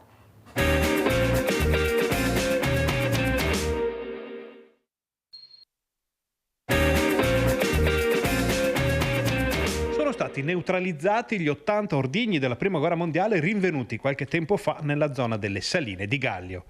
Si tratta di proiettili d'artiglieria calibro 75 di fabbricazione italiana, che chissà come e chissà quando erano stati stoccati nello stesso sito. Di recente il materiale bellico era stato ritrovato e rappresentava un pericolo per escursionisti e residenti. Le operazioni di messa in sicurezza e la distruzione degli ordigni sono state coordinate dalla Prefettura di Vicenza e dal Comando Forze Operative Nord di Padova. Il tutto è stato reso molto complesso dal terreno impervio e dall'assenza di mulattiere o sentieri percorribili. Quindi il soccorso alpino di Asiago è corso in supporto degli artificieri della Folgore, che hanno trasferito i proiettili grazie a una teleferica. Il materiale bellico è stato quindi portato nell'area di brillamento con 2 quad. Sono stati necessari 4 brillamenti e 2 giorni per neutralizzare tutti gli ordigni, in collaborazione con i carabinieri che hanno anche gestito la viabilità durante le delicate fasi dell'intera operazione di bonifica. Non solo orsi e lupi nei boschi, ma anche gli ordigni, ma per fortuna i sindaci del territorio ci sono, in particolare questa mattina siamo con Emanuele Munari, sindaco di Gallio. Buongiorno sindaco. Allora, intanto buongiorno Mirella, grazie per l'invito, ti ringrazio che mi chiami ancora sindaco, ma io da giugno non sono più sindaco di Gallio. Ah, ma sa che per noi rimanete sempre sindaci. Certo. Allora, quello che però traspare è la sicurezza. Allora noi siamo veramente in guerra, perché il pericolo è dietro l'angolo dappertutto. Secondo lei è stato sindaco e a me fa molto piacere che lei abbia anche evidenziato che non lo è più, però ha seminato perché bisogna anche raccogliere. E cos'è che si raccoglie? La sicurezza della comunità. Allora com'è la situazione? Perché ecco, i sindaci hanno la coperta corta, cercano di darsi da fare, amministratori sempre più in difficoltà, leggi che veramente non aiutano, che dovrebbero essere riviste, la burocrazia che diventa sempre più un elefante, poi il leggerino passa al cittadino, arrangiati. Prego Munari. Sì, hai toccato Mirella tante cose, dovremmo stare qui una giornata intera per disquisire su tutto quello che hai messo in campo. Sicuramente la sicurezza dei cittadini è ancora una volta, nonostante questo tema faccia parte di tutte le campagne elettorali, ormai da 30 anni, ma purtroppo poco si fa. Io prima ho ascoltato l'ultimo pezzo del sindacato della polizia, che giustamente rivendicava il fatto che oggi le forze dell'ordine sono vessate, non sono messe in condizioni di lavorare, non sono messe in condizioni di agire, perché se sbagliano qualche cosa chiaramente sono subito denunciati. Quindi se partiamo da questo presupposto, che nemmeno le forze dell'ordine oggi possono lavorare in tranquillità, con decisione, per essere deterrenti reali a chi invece viene o delinque qui nel nostro paese, è inutile che facciamo tanti altri discorsi di implementazione delle forze dell'ordine, della certezza della pena. Sono d'accordo con te Mirella, ma quando poi, avendo gli strumenti, non possiamo utilizzarli. Basti guardare l'ultimo fatto di Verona, quando il poliziotto, aggredito da un pazzo scatenato, psicopatico, drogato, con un coltello di 30 centimetri, cosa deve fare il povero poliziotto se non sparare? Forse doveva sparare alle gambe, ho capito io, ma in quelle condizioni voglio vedere qualsiasi persona cosa fa, come reagisce e se ha la lucidità per dire miro al ginocchio piuttosto che alla caviglia, perché altrimenti se no sono soggetto ad indagine e magari anche condannato per eccesso di legittima difesa. E allora siamo, come diceva Vannacci, in un'Italia che va al contrario, e fino a quando non abbiamo il coraggio, Mirella, di smetterla di fare i perbenisti o i falsi buonisti, di sicurezza io e te ne riparleremo anche fra 20 anni qui a Rete Veneta, cara Mirella. Quindi è che qui non si vuole intervenire pesantemente politicamente, è questo il concetto. Allora Munari, il problema è che adesso al governo c'è la destra a destra, però anche questa premier fa molta difficoltà a realizzare quello che diceva in campagna elettorale. Un conto sei all'opposizione, un conto è quando governi, cambiano completamente le cose. Ma certo. Mi scusi Munari, non è il Parlamento che legifera. Queste leggi da chi sono state fatte? Non di sicuro dai cittadini? I giudici applicano le leggi che vengono fatte in Parlamento. Allora ci se la deve prendere coi giudici o un Parlamento che ha legiferato in maniera completamente sbagliata di quello che sono veramente i bisogni della comunità per quanto riguarda la sicurezza, ma sicurezza a 360 gradi. Ecco, noi abbiamo veramente una situazione che è di un precario unico, le montagne che veramente si stanno sciogliendo, non parliamo delle colline, i fiumi che non sono stati arginati, la sicurezza personale che non c'è, e se veramente questa persona entra in casa o queste persone entrano in casa deve farti il segno della croce, prendere il cellulare, chiamare le forze dell'ordine sperando che arrivino, perché anche loro hanno dei numeri talmente risicati, oppure questa giustizia fai da te. Non c'è qualcuno che dovrebbe battere un pugno e dare un segnale forte, perché quando si vuole la burocrazia si cancella. Il Ponte Morandi è una dimostrazione, Munari. In poco tempo hanno superato la burocrazia, perché l'obiettivo era quello di rifare un ponte che serviva. Non le sembra che forse adesso serve la sicurezza del cittadino a 360 gradi? Prego. Sì, sono perfettamente d'accordo. Io, essendo un esponente di centrodestra, chiaramente mi sto aspettando e mi aspetto un qualche cosa di più. Però poi cadiamo nelle solite menate burocratiche. Basti vedere quello che sta succedendo al ministro Salvini, al di là che uno possa avere simpatia o antipatia per Salvini, ma basta vedere cosa sta succedendo a Salvini. Cosa sta succedendo con la Corte Suprema di Giustizia Europea che comanda e impera sull'Italia? Vediamo il caso del CPR di Albania. Quindi alla fine poi ci troviamo sempre a dover a combattere contro la giustizia, contro la legittimità degli atti, contro un apparato che sicuramente è il governo che deve legiferare e magari legiferare in maniera un po' più stretta, ma è anche vero che c'è una certa interpretabilità delle norme civili e penali da parte dell'organo giudicante o inquirente che lascia spazio di fatto a delle interpretazioni. Tant'è vero che quante volte leggiamo e ci indigniamo perché quel delinquente è già fuori dopo un giorno, a quell'altro che ha commesso un omicidio magari gli danno lo sconto della pena, la condizionale. Perché? Perché sono tutte cose che si possono interpretare e quindi giustamente ogni giudice le interpreta, no? E questo è un po' quello che ci blocca a noi qui in Italia. Però vede, Munari, lei è stato sindaco, fa parte anche del centrodestra. Il problema è che questo cittadino non ne può più. Questo cittadino ha stipendi che non riesce a sopravvivere, i nostri diversamente giovani pensioni da fame, eppure c'è chi fa una vita da nababbo che non merita di sicuro, perché sono soldi nostri che dovrebbero essere spesi in un'altra maniera. Non è possibile che ci siano persone a livello anche politico che vivono con 10-12 mila euro al mese, perché queste sono le cifre, e abbiamo le persone a noi care che muoiono di fame. Se non ci fosse il mondo della solidarietà e del volontariato, io non so che fine farebbero le fragilità.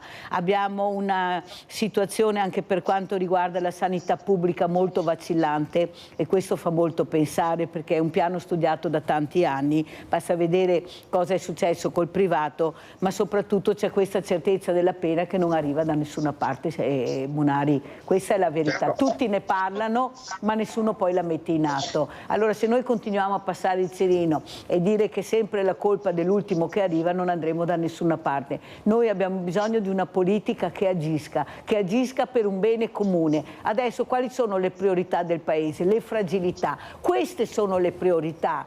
Non sono le piazze, non sono le autostrade, le terze, quarte corsie, sono altre le fragilità che hanno bisogno di risposte. Noi abbiamo persone in coda per entrare nelle RSA, non ci sono RSA. E queste persone non è che possono aspettare in eterno. Hanno venduto le case dell'Atter una volta, le hanno vendute, adesso siamo senza case, invece di metterle a posto quando i comuni erano strapieni di soldi, perché questa è la verità. I bilanci erano attivi di più. Eppure nel silenzio assoluto adesso ci ritroviamo da quarta potenza mondiale al mondo dove siamo arrivati. Secondo lei cosa è successo? Anche qui molti temi messi lì come sempre dall'abile e amica Mirella. Io non saprei neanche da dove cominciare, perché veramente hai messo lì tantissime cose. Sicuramente l'aspetto sociale, grazie a Dio in Italia l'attenzione, almeno io parlo per gli enti strettamente territoriali, cioè quelli che vivono, come ho vissuto io per 10 anni da sindaco, le persone in difficoltà del mio paese, grazie a Dio noi, parlo in Italia ma soprattutto nel Veneto, penso che possiamo distinguerci e ci distingueremo ancora in futuro per la massima attenzione che abbiamo verso le nostre famiglie in difficoltà, perché le conosciamo, perché viviamo di persona le loro difficoltà e quindi siamo vicini. Non oso pensare invece, non me ne vogliano gli amici milanesi o romani, in città così grandi dove magari né il sindaco né l'assessore o né il funzionario del sociale può conoscere direttamente o viene a conoscere tempestivamente le difficoltà, e lì si annidano poi purtroppo tutte una serie di dinamiche che sfociano in atti di terrorismo, in delinquenza e quant'altro, o addirittura anche suicidi purtroppo. Quindi noi nel Veneto, grazie a Dio, ancora oggi ci difendiamo e possiamo vantare questo piccolo primato, perché siamo vicini alle persone in difficoltà. Sono d'accordo anche Mirella sul fatto che anche sul PNRR, che dovrebbe darci una spinta dal punto di vista economico e generale, noi viviamo appunto l'ennesimo spreco di risorse che andranno inevitabilmente a gravare sulle nostre tasche, sulle nostre tasche di cittadini normali che pagano l'IRPEF tutti i mesi o tutti gli anni. Poi per quanto riguarda la sanità sono d'accordissimo, questo io lo chiamo definanziamento progressivo della sanità pubblica, ormai è attivo da 25 anni e anche qui purtroppo nessuno ci vuol mettere le mani. Io ho apprezzato molto il piccolo sforzo del governo Meloni nel rimettere qualche miliardo di euro, 3 o 4 miliardi di euro per la sanità pubblica. Purtroppo, e questa non è una giustificazione, mancano anche i medici, ma perché sono pagati poco. Quindi qui, se vogliamo anche qui veramente garantire il diritto alla salute a tutti i cittadini, soprattutto a quelli che non sono ricchi e che non possono permettersi le cure in Svizzera, in America o in centri privati, dobbiamo necessariamente investire di più, controllare e monitorare di più i costi della sanità, perché anche questo va detto, perché altrimenti se no abbiamo ULSS in disavanzo abnorme e quindi qualcuno poi dovrebbe rispondere e non risponde, mentre nel Veneto, come sempre, l'IGI al bilancio noi cerchiamo di portare avanti una certa qualità, ma anche qui il modello è quello di altri paesi. Dobbiamo investire di più sulle risorse umane, cioè sui nostri medici, in maniera tale che rimangano nelle strutture pubbliche e possano essere loro i fautori della salute di tutti noi cittadini, soprattutto di noi normali. Ormai l'ho soprannominata sindaco. Munari, ma non le sembra che bisognava fare prima la prevenzione? Perché la prevenzione viene prima della cura. Ormai noi cerchiamo di riparare quando i buoi sono scappati, così si dice. Ormai è tardi. Noi dobbiamo aspettare adesso 10 anni, poi avremo tantissimi medici, così hanno detto gli esperti che ho avuto ospite, ma in attesa cosa facciamo? Che risposte diamo? E soprattutto quello che si doveva capire, visto che c'è una data, che basta schiacciare un bottone e sai benissimo, ecco, che c'era questo pensionamento in arrivo che ci sarebbe stato e si doveva prevenire. Però sembra che qua in Italia qualcuno si giri sempre da un'altra parte, non voglia vedere quella che è la necessità. E soprattutto un mondo che comincia veramente a impaurire i diversamente giovani che avrebbero veramente il diritto di atterrare dolcemente, così dico io. Hanno già passato guerre, hanno già passato non la povertà, loro hanno vissuto la miseria, sanno cosa vuol dire. Quando noi facciamo la colletta alimentare sono i primi che vengono a donare, perché loro sanno cosa vuol dire avere fame. Capisce che siamo lontani dal mondo reale che invece qualcuno vive, che qualcuno non si rende conto che sta aumentando la povertà in maniera esagerata e dobbiamo dare risposte. Prego Munari.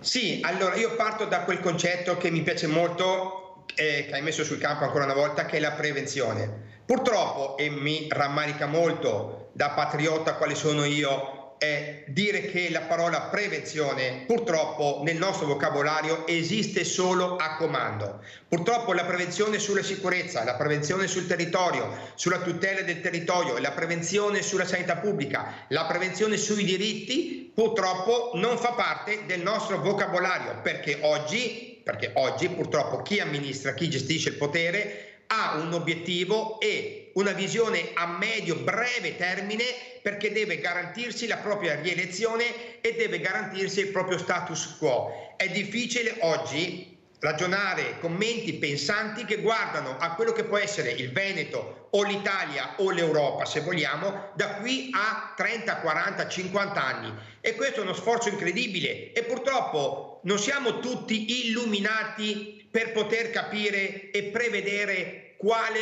potrebbe essere il nostro pianeta fra 30, 40 o 50 anni. Purtroppo molti di quelli che gestiscono il potere non sono, ahimè, illuminati così tanto. Lo sono, ma non così tanto da guardare a lungo termine e non vedere magari la tasca piena oggi o domani. Ma guardare a dopodomani o fra un anno diventa molto difficile. E questo purtroppo, Mirella, è da estendere su tutti i concetti, su tutti gli ambiti, dalla sanità, come dicevo prima, alla prevenzione della sicurezza, al territorio, a tutto, Mirella, a tutto. Purtroppo allora andiamo a vedere, devo correre perché purtroppo il tempo è tiranno, andiamo a vedere ieri il 4 novembre, giornata nazionale dell'unità nazionale, cosa ha detto il ministro Crosetto e poi sentiamo anche le voci sul 4 novembre. Andiamo a sentire.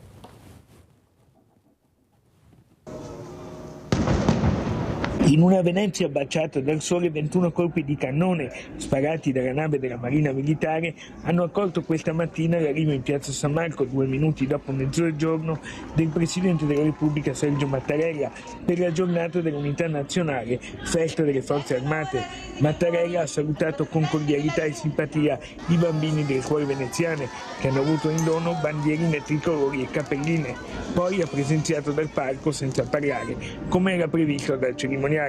Ad accompagnarlo il ministro della difesa Guido Crosetto e il capo di Stato Maggiore generale Luciano Portorano. A margine, il ministro Crosetto si è soffermato anche sui temi della politica nazionale e internazionale, assicurando che qualsiasi sia l'esito delle elezioni americane non cambieranno i rapporti di alleanza con l'Italia e i carabinieri saranno inviati in Palestina solo se vi saranno condizioni di sicurezza necessarie. Quest'anno abbiamo fatto uno sforzo enorme, nel senso che abbiamo aumentato di oltre 800 persone i militari a disposizione di strade e stazioni sicure.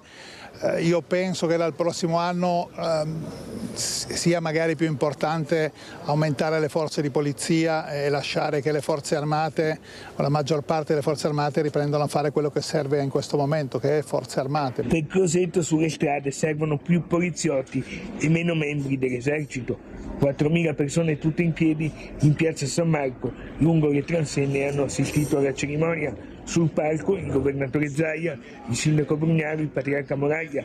Così il ministro Crosetto ai nostri microfoni. Venezia come ha risposto oggi? Una grande giornata. Venezia ha risposto come solo Venezia può rispondere, offrendo un posto straordinario, una giornata incredibile e una popolazione che vuole bene all'Italia, vuole bene alle Forze Armate, vuole bene alla Repubblica. Quindi... Quali sono le sfide che abbiamo davanti adesso come Paese? Abbiamo un mondo e delle ferite che la guerra ha portato sia all'interno dell'Europa sia in paesi vicino a noi, e affrontarli è una sfida che le Forze Armate fanno ogni giorno, che il Paese cerca di fare ogni giorno. L'abbiamo ricordato oggi, il nostro compito è di creare le condizioni di pace e sicurezza. Una cosa che chiedo da Venezia, un messaggio di pace molto forte. Certo, nessuno più delle persone che hanno perso degli amici, hanno perso un arto, hanno perso un pezzo della loro vita, sanno quanto sia importante il valore della pace. Il triplice passaggio delle frecce tricolori su Piazza San Marco a seguire le note dell'inno di Mameli suggella il termine delle celebrazioni del 4 novembre a Venezia. Poco prima 7 paracadutisti erano atterrati con precisione millimetrica di fronte al Presidente della Repubblica Sergio Mattarella. Sono stati i 2 aspetti più coreografici di una ricorrenza dal contenuto estremamente ampio. Ha un significato particolare per lei il 4 novembre? Sì, certo, è importante. Nel senso, soprattutto su me, perché anche magari al giorno d'oggi si dà, c'è sempre meno importanza data magari alle forze armate in generale, magari anche alle istituzioni, c'è un po' una crisi in questo senso, per cui avere questo tipo di cerimonie è importante. Tra il migliaio di persone che assistono alla cerimonia in una piazza San Marco letteralmente blindata c'è anche chi arriva dall'estero. Con le guerre sempre più vicine all'Europa, dice questo giovane olandese, oggi è importante un'iniziativa che commemora anche il primo conflitto mondiale, perché ci ricorda a cosa possono portare violenza e nazionalismi. C'è poi l'entusiasmo dei bambini delle scuole elementari veneziane, in questo caso della Giacinto Gallina, accompagnati dalla maestra Giovanna Zennaro. Siamo stati avvisati dalla scuola che c'era questa opportunità e noi siamo venuti subito, non tanto per metterci in mostra, perché non è questo lo scopo, ma lo scopo principale è quello di credere nelle istituzioni e nella forza della Repubblica e quindi di abituare soprattutto i bambini a queste cose. Domani torneremo in classe felicissimi di aver visto il Presidente della Repubblica e racconteremo tante cose belle alle nostre famiglie. E anche potremmo, se vorremmo, anche disegnare, scrivere un testo che riguarda questa giornata. Una giornata in cui comunque il pensiero torna costantemente ai conflitti che si consumano a poca distanza dai nostri confini. Essere qui oggi ha un significato molto importante, perché vuol dire no alla guerra e sì alla pace, ricordare i caduti di tutte le guerre e chi ha dato la vita per garantirci di vivere in una società libera, democratica e pacifica. Guardando i conflitti del presente che magari ci possono essere nel futuro, li potremo affrontare solamente con una giusta determinazione, uno sguardo a quello che abbiamo passato. Avete sentito, e lo dico anche a Munari, i ragazzi, i giovani, i bambini che non leggono, dicono quello che pensano in quel momento. Forse dovremmo ascoltarli di più, farli parlare di più, Munari, perché hanno le idee chiare, loro vogliono conoscere, vogliono capire, apprezzano anche queste manifestazioni molto importanti. Prego, Munari. Sì, sono contento di aver visto queste immagini da Venezia, perché sono le stesse immagini che abbiamo messo in campo noi, che ho messo in campo io come sindaco di Gallio proprio il 4 di novembre, perché sull'altopiano la prima guerra mondiale lascia i segni ancora oggi, e nel servizio in onda all'inizio avete fatto vedere quelle famose bombe che ancora oggi si trovano sparse nel territorio. Anche noi abbiamo sempre coinvolto i nostri bambini delle elementari e delle medie, perché da loro parte, se da loro nasce, si accende questa fiammella del rispetto, del sapere, della cultura che è la prima arma che va a combattere qualsiasi altre dinamiche politiche perverse, ecco che il nostro futuro magari possiamo pensarlo in maniera un po' più positiva e sicuramente migliore. Investire nella cultura per i nostri bambini, per i nostri giovani, che siano sempre più appunto attenti, colti e indipendenti, sarà la forza della società italiana del futuro, perché oggi ci sono ancora troppe pecore che seguono il branco, ci sono ancora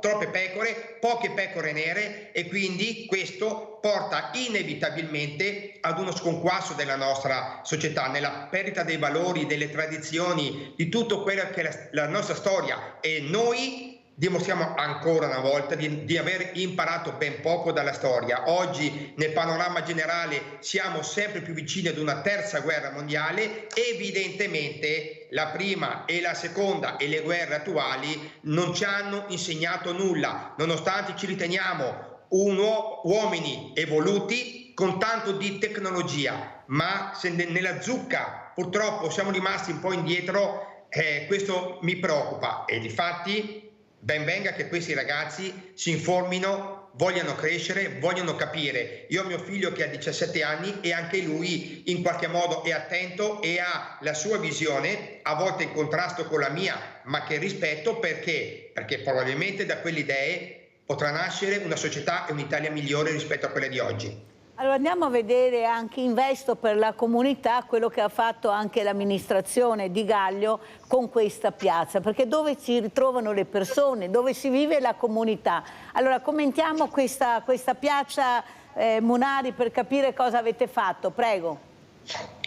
Sì, anche qui per dare seguito e coerenza al discorso che ho fatto prima, guardare in avanti. Io come sindaco e la mia amministrazione, dovendo mettere mani ad una piazza che ormai aveva quasi 100 anni, abbiamo detto cosa facciamo? Guardiamo nel breve termine o osiamo e cerchiamo di puntare su una piazza che possa per la prima volta fare veramente comunità, essere un punto di approdo semplice e sicuro per i bambini, per i nostri anziani, per tutte le attività e tutte quelle manifestazioni che fino ad oggi erano precluse a Gaglio per motivi di spazio e di sicurezza. Abbiamo osato cercando di creare una piazza che dia ampiezza, che dia luce, una piazza in pietra trachite, anche qui un collegamento fortemente storico, Mirella, perché la trachite è una pietra molto pregiata, quindi questa piazza di fatto è una piazza pregiata, l'unica in altopiano e forse anche in provincia di Vicenza fatta con questa trachite, messa giù come vedete a listoni come se fosse del parquet per dare un effetto ottico di ampiezza. Questa pietra trachite che oggi viene cavata solo in due montagne di Zovò e di Vo Euganeo, quindi pietra veneta, pietra che si ricollega alla nostra storia, a quello che era il legame tra l'Altopiano e la Repubblica Serenissima di Venezia, la quale all'epoca concesse all'Altopiano una prima forma di autonomia e noi abbiamo voluto con questa piazza riprendere le Stonplatten, che sono quelle vecchie pietre, listoni che vedete in fondo che demarcavano i pascoli e proprietà, e questa pietra trachite appunto molto prestigiosa per ribadire il legame, la storia di Gaglio, dell'Altopiano con il Veneto. Oltre a questa meravigliosa piazza, questo cielo meravigliosamente azzurro, guardate che cielo abbiamo visto questa mattina, andiamo a vedere altro cielo e altre pietre e ci spostiamo a Barcellona, questo Padovano a Barcellona, vediamo cosa riusciamo a vedere e poi commentiamo con Emanuele Munari. Sì.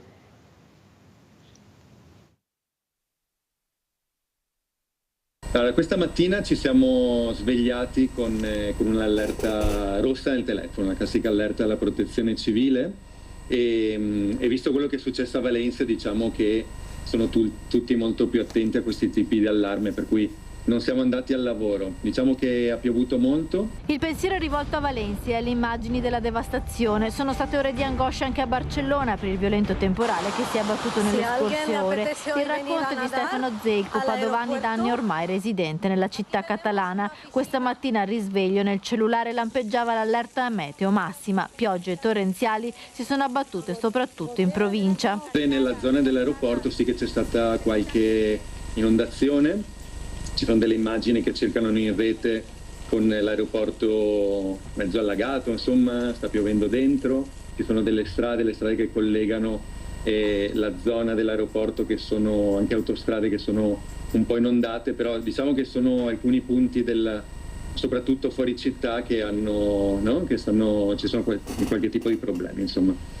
Però ecco, niente in comparazione con quello che è successo a Valencia. Le piogge hanno allagato la Rambla de Poblenou e hanno provocato l'interruzione dei collegamenti ferroviari regionali e molti voli aerei sono stati cancellati. I nervi sono un poco tesi, nel senso che ogni volta che, visto quello che è successo, ogni volta che si dà qualche allarme o è previsto un po' di pioggia che magari in un altro momento sarebbe stata considerata come qualcosa di abbastanza normale, è ovvio che la gente e che le autorità reagiscono. Allora, Munari, quello che però rammarica è che da anni proprio gli scienziati dicono che c'è questo problema di fragilità, specialmente anche nel nostro territorio. Forse queste immagini non sono molto lontane o in parte da quello che abbiamo visto anche qui in Italia, nel nostro territorio, in Emilia-Romagna e non solo. Ecco, non è forse giunto il momento che qualcuno inizi a pensare veramente di fare prevenzione, quella seria, quella che serve, visto che abbiamo gli strumenti per farlo? E il problema è sempre quello, i soldi per fare queste cose non ci sono mai, però per fare le guerre, per le armi ci sono sempre. Capisce che il cittadino non ci sta più, che il cittadino si ribella, perché il cittadino sta perdendo tutto, perde la casa, perde il lavoro, perde qualsiasi cosa. Ecco, non sembra che sia venuto il tempo di intervenire, non più di parole. Prego, Munari. Sì, Mirella, purtroppo, e mi duole dirlo, finché le cose, dico le cose in senso generico, ma i furti, gli allagamenti, i terremoti succedono agli altri, noi stiamo bene, siamo a casa nostra, siamo sempre più egoisti e quindi a noi nulla ci tocca. Poi invece ci accorgiamo di tutto questo quando invece siamo noi a dover subire un furto, un allagamento, un danno, la perdita dell'azienda, la perdita della casa, il morto. Allora ci svegliamo, automaticamente l'italiano si sveglia. Tant'è vero, la prova è che il 42% del popolo italiano oggi non vota per disaffezione, perché è stanco. A me ha colpito molto quell'immagine dove a Valencia tiravano il fango al presidente e al principe. Mi ha colpito molto perché la disperazione di quella gente si viveva, era pulsante e loro erano in grande difficoltà, i due regnanti erano in grande difficoltà. Chissà che queste immagini possano scalfire la nostra coscienza nel dover mettere sempre davanti il bene collettivo prima del bene personale, prima del risultato personale. Ma purtroppo noi siamo uomini deboli e quindi davanti mettiamo sempre il nostro tornaconto per primo. È difficile trovare, dicevo prima, politici illuminati, perché chi è illuminato oggi e guarda troppo avanti non viene recepito, non viene votato. Oggi è più facile far vedere qualcosa in superficie che non sotto. Ed è per questo, a me dispiace anche a Valencia. A Valencia non ci sono i tombini, non ci sono gli scogli. Ma perché? Perché non pioveva mai. Non è mai piovuto a Valencia, forse magari 500 anni fa. E quindi nessuno si è preoccupato di dire, ma a fronte di questo potenziale o reale cambiamento climatico, non è che per caso anche a Valencia può succedere un allagamento, una pioggia torrenziale o qualche cosa? No, sì, no. E difatti si sono allagati. Terra arida, l'acqua scorre e abbiamo visto purtroppo quello che è successo. Sì, ma Munari, noi invece che abbiamo già provato questo e che sapremo benissimo cosa fare perché abbiamo gli esperti e anche gli strumenti per fare questo, però se non danno la possibilità di fare prevenzione perché è un fatto economico molto importante e qualcuno vuole dirottarlo sempre da altre parti dove cose che non servono nell'immediato, capisce bene che veramente il cittadino a casa non ne può più, veramente è arrabbiato di più. Qui siamo ormai, mi sembra di essere nel Far West, ecco, si sentono veramente delle cose inaudite che mai avremmo voluto sentire, perché c'è la ribellione di qualcuno veramente che magari è protetto dalle leggi che non possono intervenire perché sono leggi fatte a persona molte volte e non per quello che serviva, e veramente questi cittadini non ne possono più e penso che qualcuno deve provvedere, perché guardate che veramente ecco, proprio il bicchiere è stracolmo. Ecco, come ci saluta Munari, cosa vuole dire e soprattutto che appello vuole fare anche alla politica? Lei fa parte del centrodestra, adesso governa la destra, ecco, che appello vuole fare a quelli che veramente lei conosce, che sono anche i parlamentari di questi partiti importanti che sono a Roma? Prego. Beh, l'appello, io ne conosco molti, grazie a Dio, e posso dire che sono tutte persone per bene, che cercano di impegnarsi. Molti hanno fatto anche il sindaco, quindi sanno cosa vuol dire essere tirati per la giacchetta, sanno cosa vuol dire essere vicini al territorio e dover risolvere i problemi della comunità. Spero, l'appello mio è questo, che spero che tutti questi nostri parlamentari, soprattutto veneti, ma già lo stanno facendo in parte e anche bene, si ricordino sempre di noi cittadini normali, di tutti noi del territorio, del nostro Veneto, della nostra Italia, perché davanti devono sempre mettere quello che è il bene e il valore collettivo. Se noi non perdiamo di vista questo obiettivo, magari avremo qualche voto in meno, avrete qualche voto in meno, ma andremo e andrete a letto con la coscienza pulita e con la grazia di Dio, perché avete lavorato per risolvere in maniera preventiva i problemi che potrebbero accadere. Io mi auguro che questo governo possa imprimere in questo senso, possa essere un po' più pecora nera che nel gregge e magari anche discutere in Europa piuttosto che all'interno del governo se certe cose non vanno bene e devono essere riviste. Grazie, devo chiudere. Emanuele Munari, grazie di essere stato con noi. L'abbiamo sentito da Gaglio, avete visto che cielo a Munari quando apre la finestra. Grazie, speriamo che il cielo, visto che è unico, qualcuno lo salvaguardi. Grazie, adesso andiamo a pranzo con la proposta di Mirella. Gnocchi in salsa di noci. Indipendentemente dai gusti o dalle varie fobie relative al prendere peso, da qualche tempo studiosi di egregio livello hanno dimostrato che consumare qualche noce quotidianamente permette di tenere sotto controllo la pressione. Ingredienti per 4 persone: 600 g di gnocchi, 200 g di noci, 20 g di mollica di pane bagnata nel latte, formaggio parmigiano, 4 cucchiai di olio extravergine d'oliva, uno spicchio d'aglio, sale, pepe. Mettete nel frullatore i gherigli di noce, la mollica di pane ben strizzata,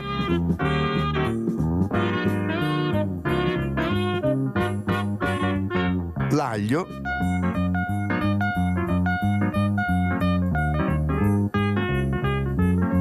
e un pizzico di sale.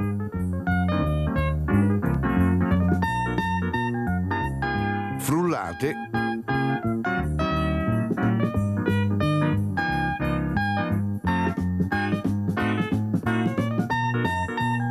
aggiungendo l'olio un po' per volta.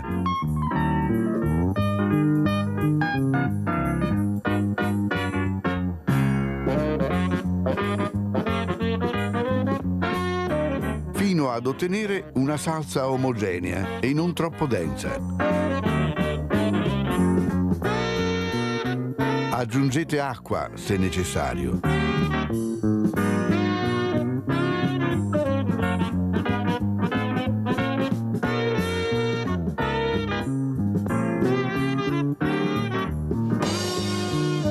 Fate cuocere gli gnocchi in abbondante acqua bollente salata, rigirandoli con una schiumarola man mano che vengono alla superficie. Deponeteli nella zuppiera con la salsa.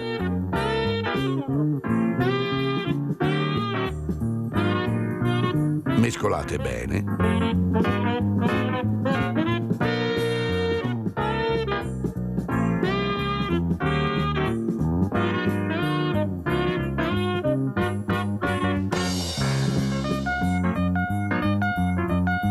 Serviteli caldi.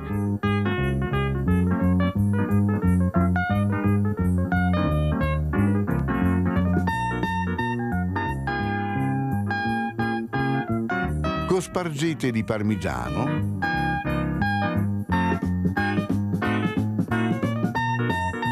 pepate e buon appetito!